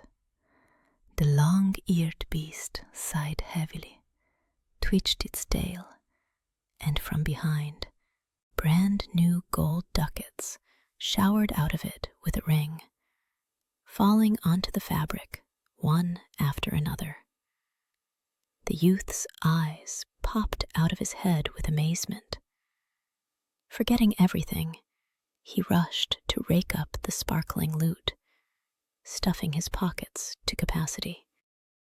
Now he had become richer than any merchant, and he watched as his stubborn companion produced pure gold, and understood that he had found the most fun and profitable craft in the whole wide world. Intoxicated by sudden wealth, the middle son decided not to save money. He needed the very best lodging. Evil fate, or perhaps his own self-confidence, led him to the doors of that very same inn where his older brother had recently stayed. He entered with an important air, demanding the best room for himself and the royal stall for his donkey, and carelessly tossed a gold piece onto the counter. The cunning innkeeper, catching the coin, immediately realized that before him was another simpleton with a secret. The youth entered this house, led not by misfortune, but by pride, not knowing that the landlord's greed had already set for him the same proven trap. When the time came to pay for dinner, the cunning host threw up his hands. "The till," he said, "is empty. There isn't enough change for such a large gold piece." The middle son merely smirked self-satisfiedly. "No trouble," he exclaimed. "I will mint you as many coins right now as you wish." He ordered his donkey brought right into the room and spread a wide cloth on the floor. Before the eyes of the amazed innkeeper, the loud command rang out, "Bricklebrit!" And immediately sparkling ducats showered onto the fabric like a ringing rain. The host oohed and awed, feigning delight. But in his soul, a black plan had already matured. The youth proudly scattered his gold before the thief, not understanding that he was showing him not his wealth, but his own boundless stupidity. The innkeeper could not tear his gaze away from the pile of gold, and in his soul, black as soot, the flame of insatiable envy flared up. The self-setting table feeds the belly, he feverishly reflected, rubbing his sweaty palms. But this donkey will make me the ruler of the world. With him, I will become richer than the king himself. The villain marveled at his luck. The heavens themselves were sending him these simpleton brothers, one after another. The decision was made instantly. Tonight, the beast would change owners. Masking his treachery with a sweet smile, he generously poured the guest the most stupefying wine, so that he would sleep the sleep of the dead. His greed, having received a taste of the first miracle, now demanded the second, and he looked at the magic donkey as a hungry wolf looks at his second lamb of the day. Deep in the night, when intoxication finally overcame the happy son of the tailor, and he fell into a deep sleep, the innkeeper set to work. He crept into the stable like a silent shadow, without creaking a single floorboard. There, in the darkness, stood the magic donkey. But the villain had foreseen everything. In the neighboring stall, he already had another, most ordinary grey donkey tied up, which outwardly differed in no way from the miraculous beast. With deft, practiced movements, the thief switched the bridles and swapped the animals' places.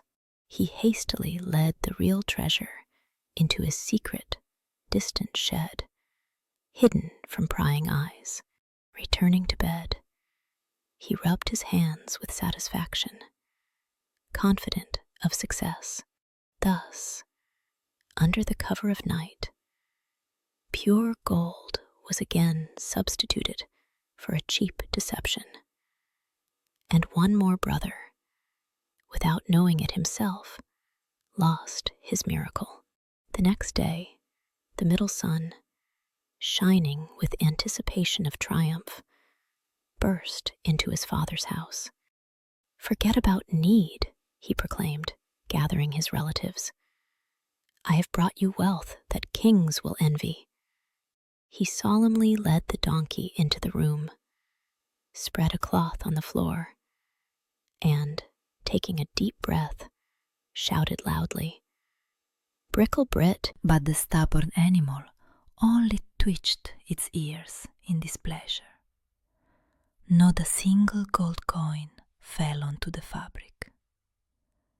The older brother, seeing this shameful failure, could not hide a gloating smirk. And the old father, looking at yet another failure, only lowered his grey head, losing faith in justice. And the silence that answered the son's command was heavier than any gold. And in this silence, the last hope of the old tailor soundlessly drowned.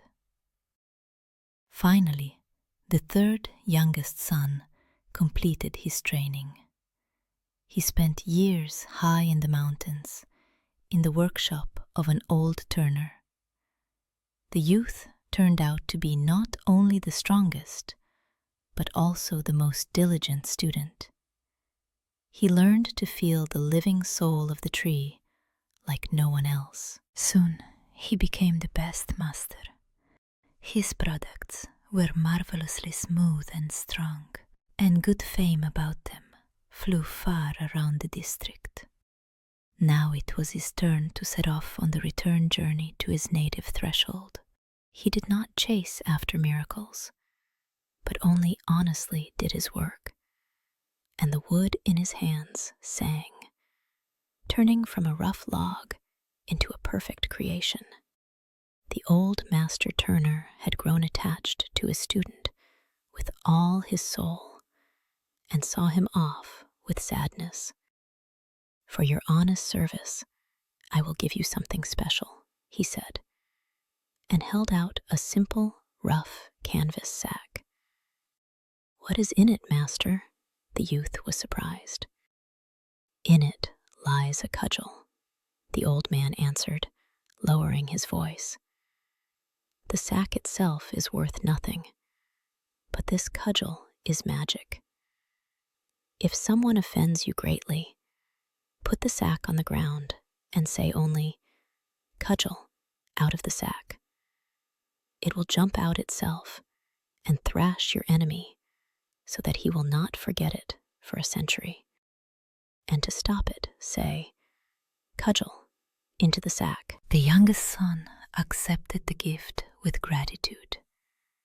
Thus, he received not a treasure, but justice, simple and rough as an oak stick, but no less effective for that.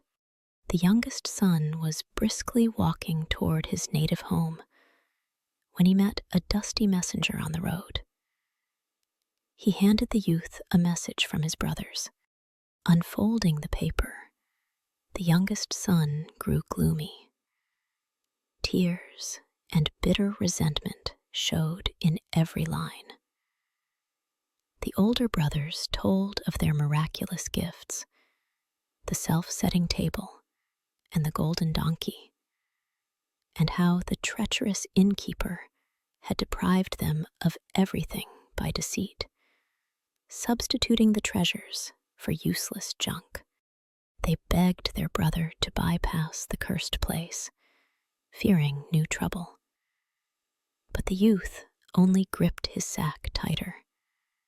Every line in this letter was a drop of poison that filled his heart with righteous anger, and he realized that his path home now lay straight through the thief's lair. Having finished reading the letter, the youngest son crumpled the paper in his fist. Rage boiled in his blood, but his anger was directed not at the stupid boasting of his brothers, but at the baseness of the innkeeper. "This shall not be," he decided firmly. "I will not return home until I restore justice." It was his knightly duty to protect the honor of the family and return what was stolen. The youth looked at his rough sack, and a sly smile played on his lips. He knew how to teach the thief a lesson. Thus, the quiet and modest turner, who loved only his craft, turned into a judge, and his simple heart demanded not forgiveness, but just retribution. By evening, when the sun had hidden behind the forest, the youngest son crossed the threshold of that very inn. The landlord, casting a glance at his simple clothes and the rough canvas sack behind his shoulders, mentally rubbed his hands. It seemed to him that fate was sending him prey again. He broke into his habitual, honeyed, false smile, inviting the traveler to enter. The youth, skillfully hiding his true intentions, politely asked for supper and a room for the night. Like an ordinary wanderer, unaware of the bad reputation of this place. He took a seat in the corner and placed his sack with deliberate care on the bench nearby. The air in the hall thickened. They were in the same room, the thief and the avenger, and smiled at each other, and each of them thought that he was the one who would become the hunter tonight, and the other the victim. At dinner, the youngest son, as if by chance, started a conversation with his neighbors, but spoke so loudly that every word flew to the landlord's ears. "Oh, the world is full of miracles," he sighed, sipping wine. "I have heard about the self-setting table and about the donkey that spits gold. Good things, no dispute. But, to tell the truth, all this is child's play."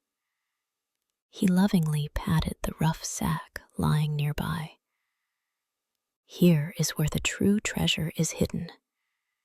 In my sack lies such a thing that is more expensive than both of them put together. Any king would give half his kingdom for it." Here he suddenly cut himself short, as if he had blurted out too much, and mysteriously put a finger to his lips. "But, shh, it is a great secret." The innkeeper froze, wiping a glass. The youth threw bait of boastful words into the air, and the greedy ears of the host immediately swallowed it, like a hungry pike swallows a lure. The innkeeper, greedily catching every word, nearly dropped the tray. In his soul, greedy as an abyss, the fire of untamed greed flared up.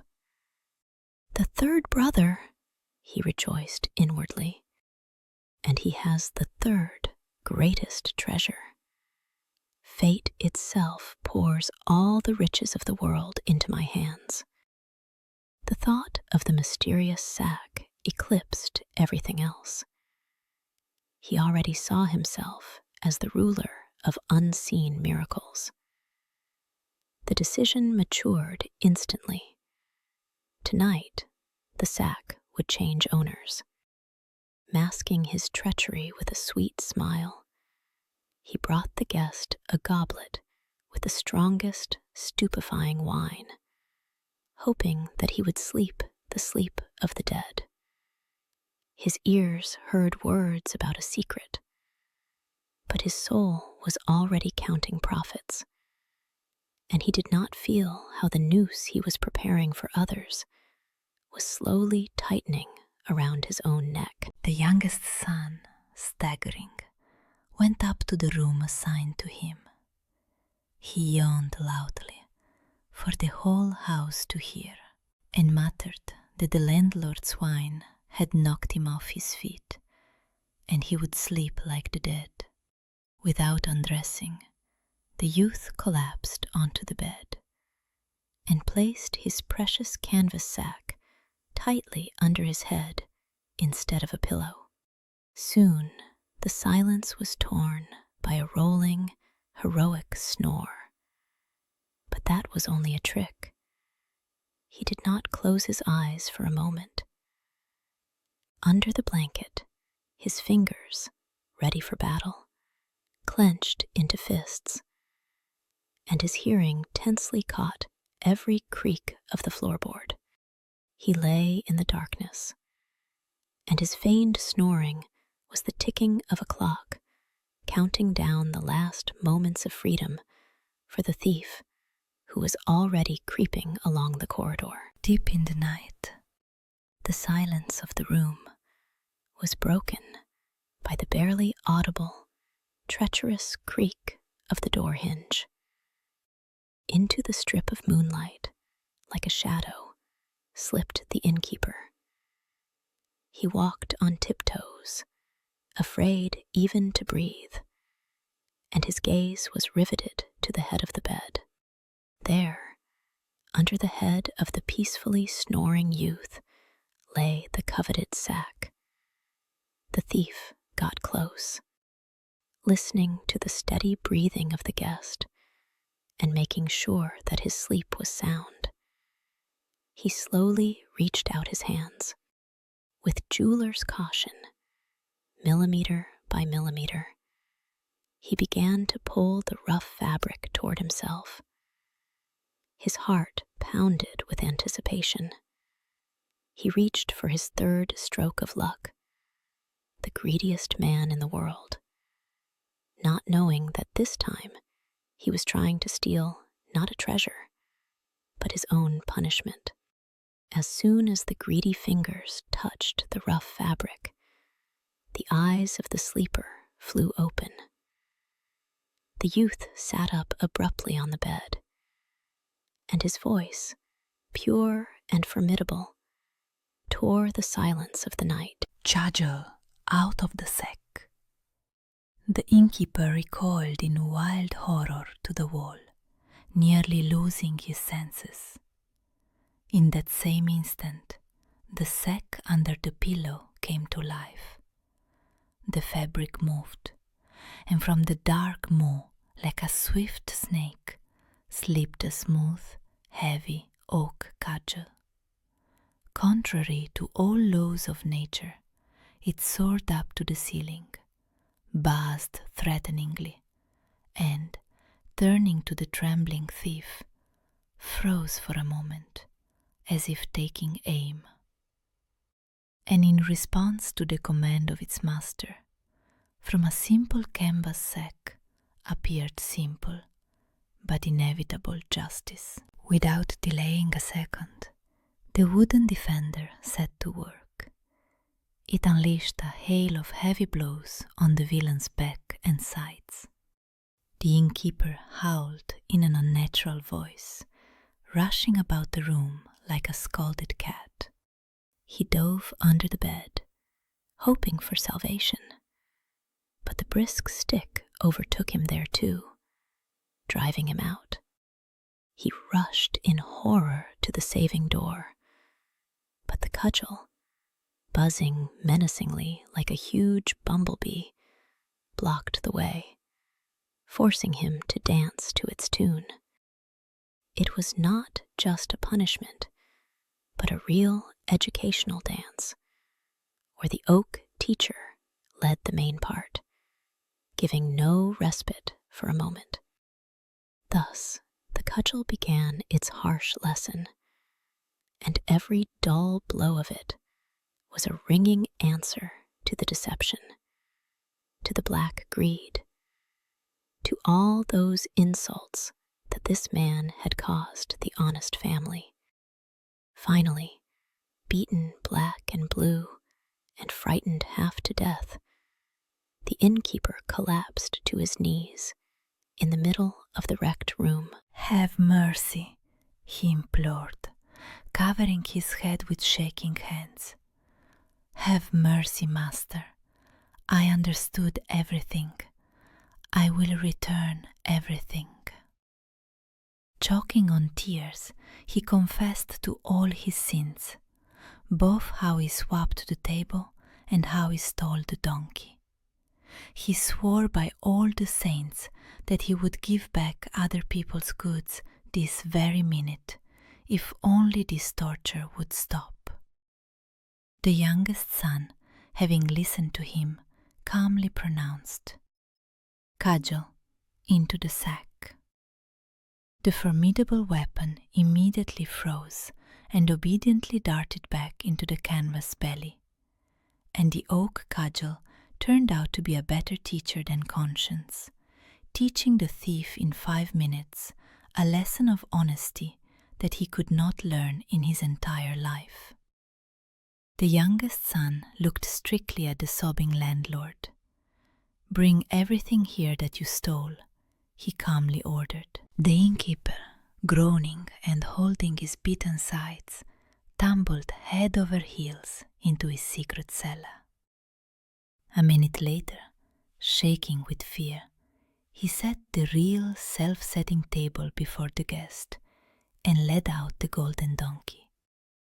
The youth carefully examined the finds. Everything was in place.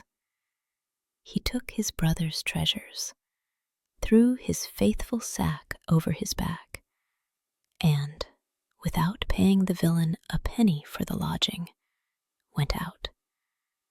Thus, justice was fully restored, and 3 miracles, separated by treachery, set off on the journey to their real home again.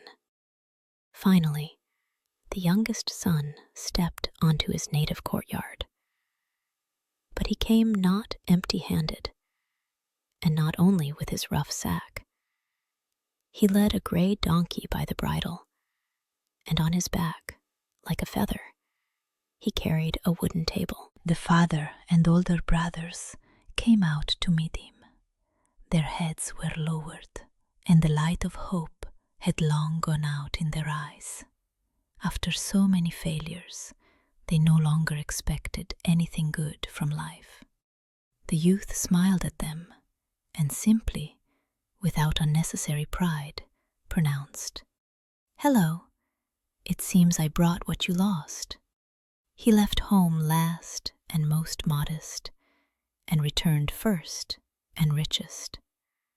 And now his true wealth was measured not only by the returned gold, but by the restored honor of their entire family. The youngest son gathered the whole family in the main room. First, he placed the table before them and imperiously commanded, "Table, cover yourself." In that same instant, the tabletop became speckled with exquisite dishes. Next, he led in the stubborn donkey, spread a cloth on the floor, and exclaimed, "Bricklebrit!" The beast immediately showered them with a ringing golden rain. The father and the brothers froze in mute delight, and then, unable to hold back tears of joy, rushed to hug their savior. Burning with shame, they asked for forgiveness for their past mockery and disbelief. But the youngest son had a kind heart that knew no grudges, and he forgave his relatives with a smile. And on this day, happiness settled again in the house of the old tailor, brought not by one, but by 3 miracles at once, which his youngest and wisest son returned home. Since then, need and hunger forever left the house of the old tailor. They lived in abundance and complete harmony, and the older brothers never laughed at the youngest again, but listened to his advice in everything. The amazing story of their adventures became a legend in the city, passed from mouth to mouth. It taught people a simple truth: diligent labor will always find a reward, and treachery and deceit will inevitably be punished. And although tables now always groaned with food in their house, and gold rang merrily, the main family jewel remained the simple cudgel in the canvas sack. It served as an eternal reminder that sometimes the most nondescript treasure turns out to be the most valuable. For it is precisely what is capable of protecting justice. The villain marveled at his luck. The heavens themselves were sending him these simpleton brothers, one after another. The decision was made instantly. Tonight, the beast would change owners. Masking his treachery with a sweet smile, he generously poured the guest the most stupefying wine, so that he would sleep the sleep of the dead. His greed, having received a taste of the first miracle, now demanded the second, and he looked at the magic donkey as a hungry wolf looks at his second lamb of the day. deep in the night, when intoxication finally overcame the happy son of the tailor, and he fell into a deep sleep, the innkeeper set to work. He crept into the stable like a silent shadow, without creaking a single floorboard. There, in the darkness, stood the magic donkey. But the villain had foreseen everything. In the neighboring stall, he already had another, most ordinary grey donkey tied up, which outwardly differed in no way from the miraculous beast. With deft, practiced movements, the thief switched the bridles and swapped the animals' places. He hastily led the real treasure into his secret, distant shed, hidden from prying eyes. Returning to bed, he rubbed his hands with satisfaction, confident of success.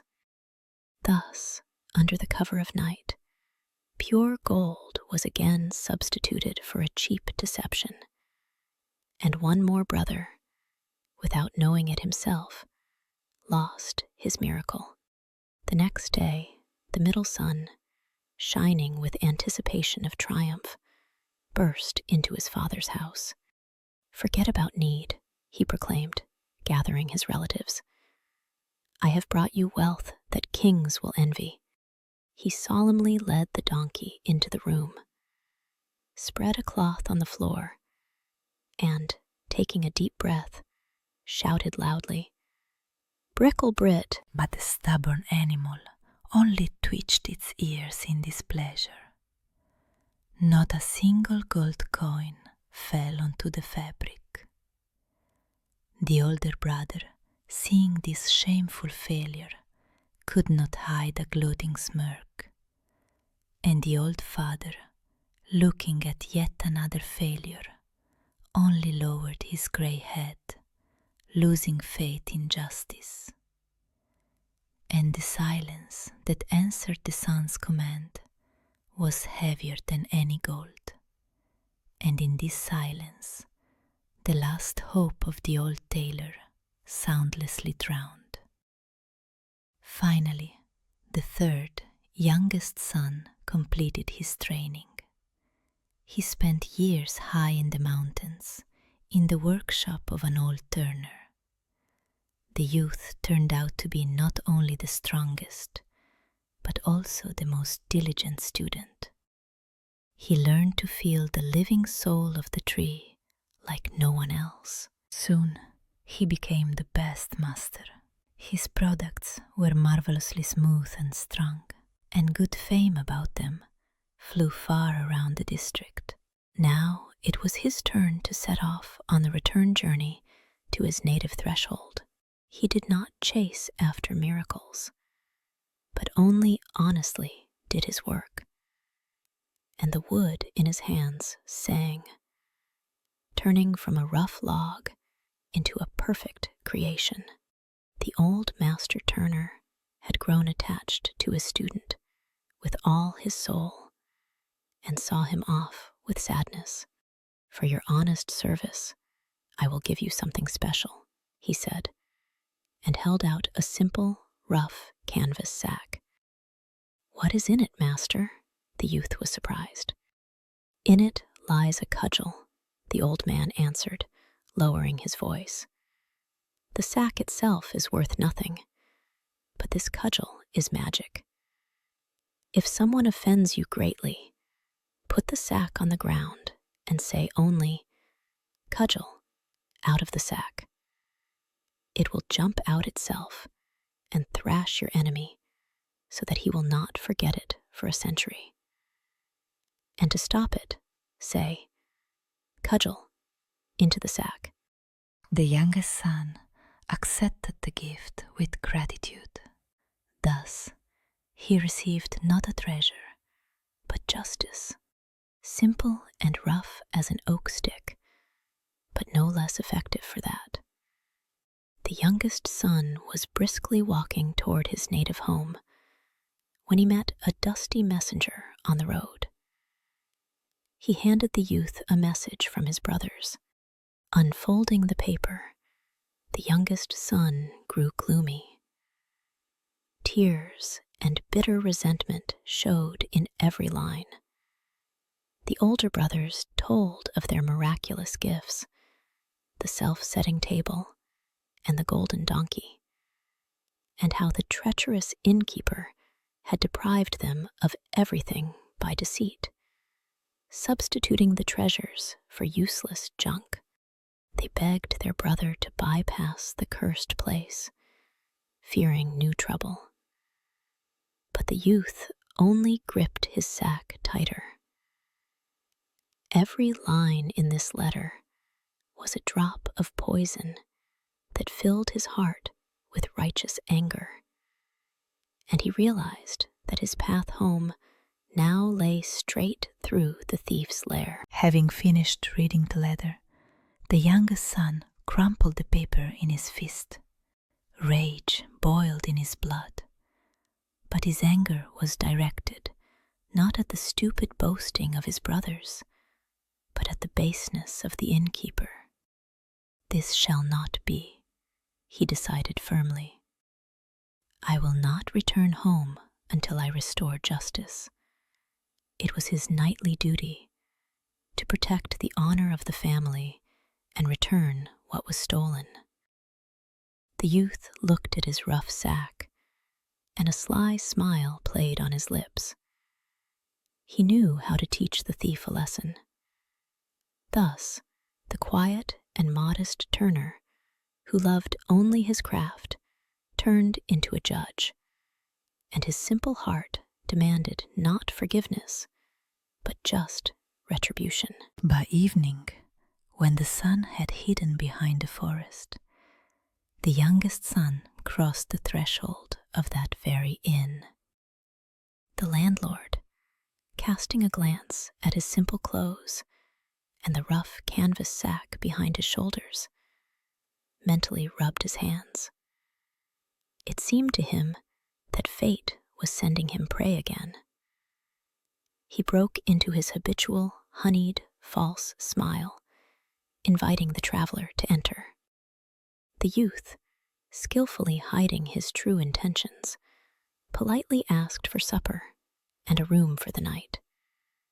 Like an ordinary wanderer, unaware of the bad reputation of this place, he took a seat in the corner and placed his sack with deliberate care on the bench nearby. The air in the hall thickened. They were in the same room, the thief and the avenger, and smiled at each other.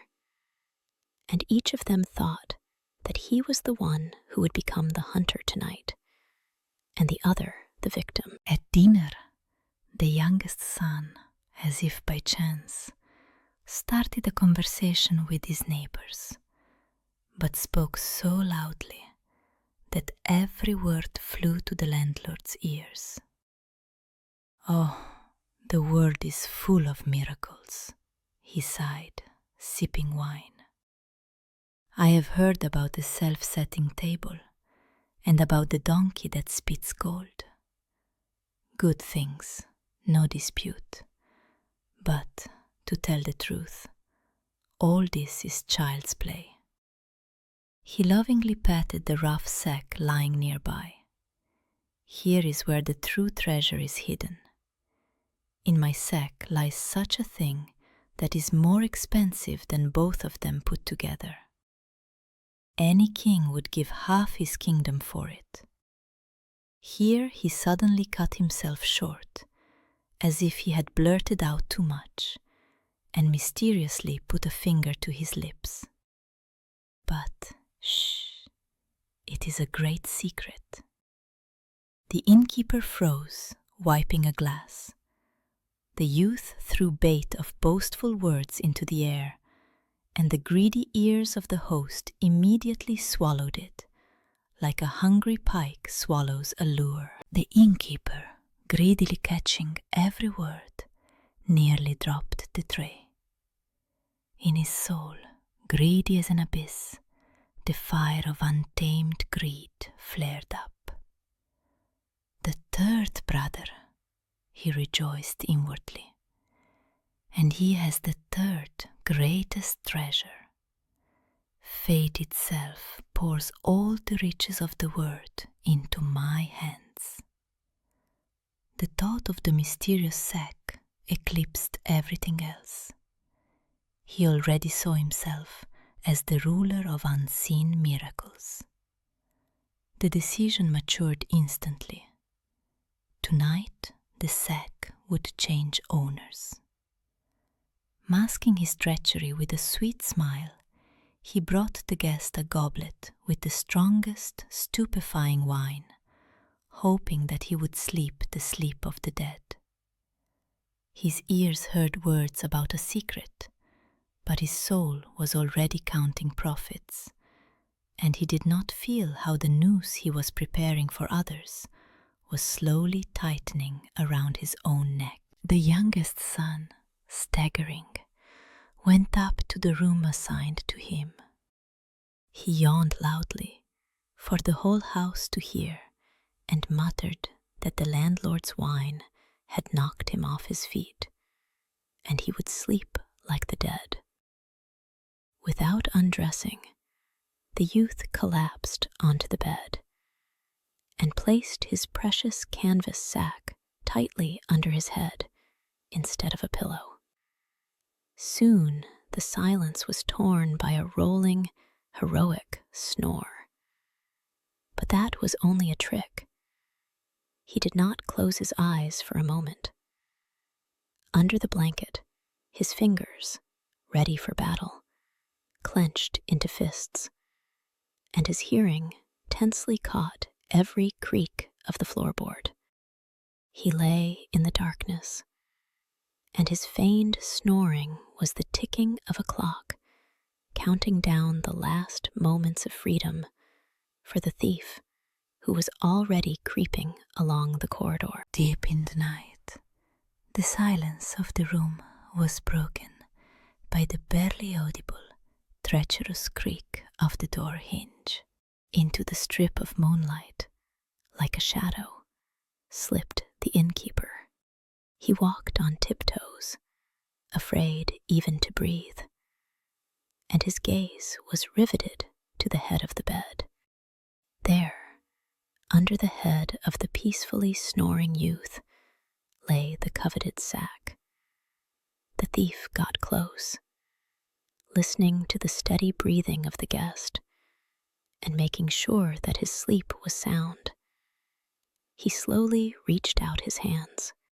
With jeweler's caution, millimeter by millimeter, he began to pull the rough fabric toward himself. His heart pounded with anticipation. He reached for his third stroke of luck, the greediest man in the world, not knowing that this time he was trying to steal not a treasure, but his own punishment. As soon as the greedy fingers touched the rough fabric, the eyes of the sleeper sharply flew open. The youth sat up abruptly on the bed, and his voice, pure and formidable, tore the silence of the night. Cudgel, out of the sack. The innkeeper recoiled in wild horror to the wall, nearly losing his senses. In that same instant, the sack under the pillow came to life. The fabric moved, and from the dark maw, like a swift snake, slipped a smooth, heavy oak cudgel. Contrary to all laws of nature, it soared up to the ceiling, buzzed threateningly, and, turning to the trembling thief, froze for a moment, as if taking aim. And in response to the command of its master, from a simple canvas sack appeared simple, but inevitable justice. Without delaying a second, the wooden defender set to work. It unleashed a hail of heavy blows on the villain's back and sides. The innkeeper howled in an unnatural voice, rushing about the room like a scalded cat. He dove under the bed, hoping for salvation. But the brisk stick overtook him there too, driving him out. He rushed in horror to the saving door, but the cudgel, buzzing menacingly like a huge bumblebee, blocked the way, forcing him to dance to its tune.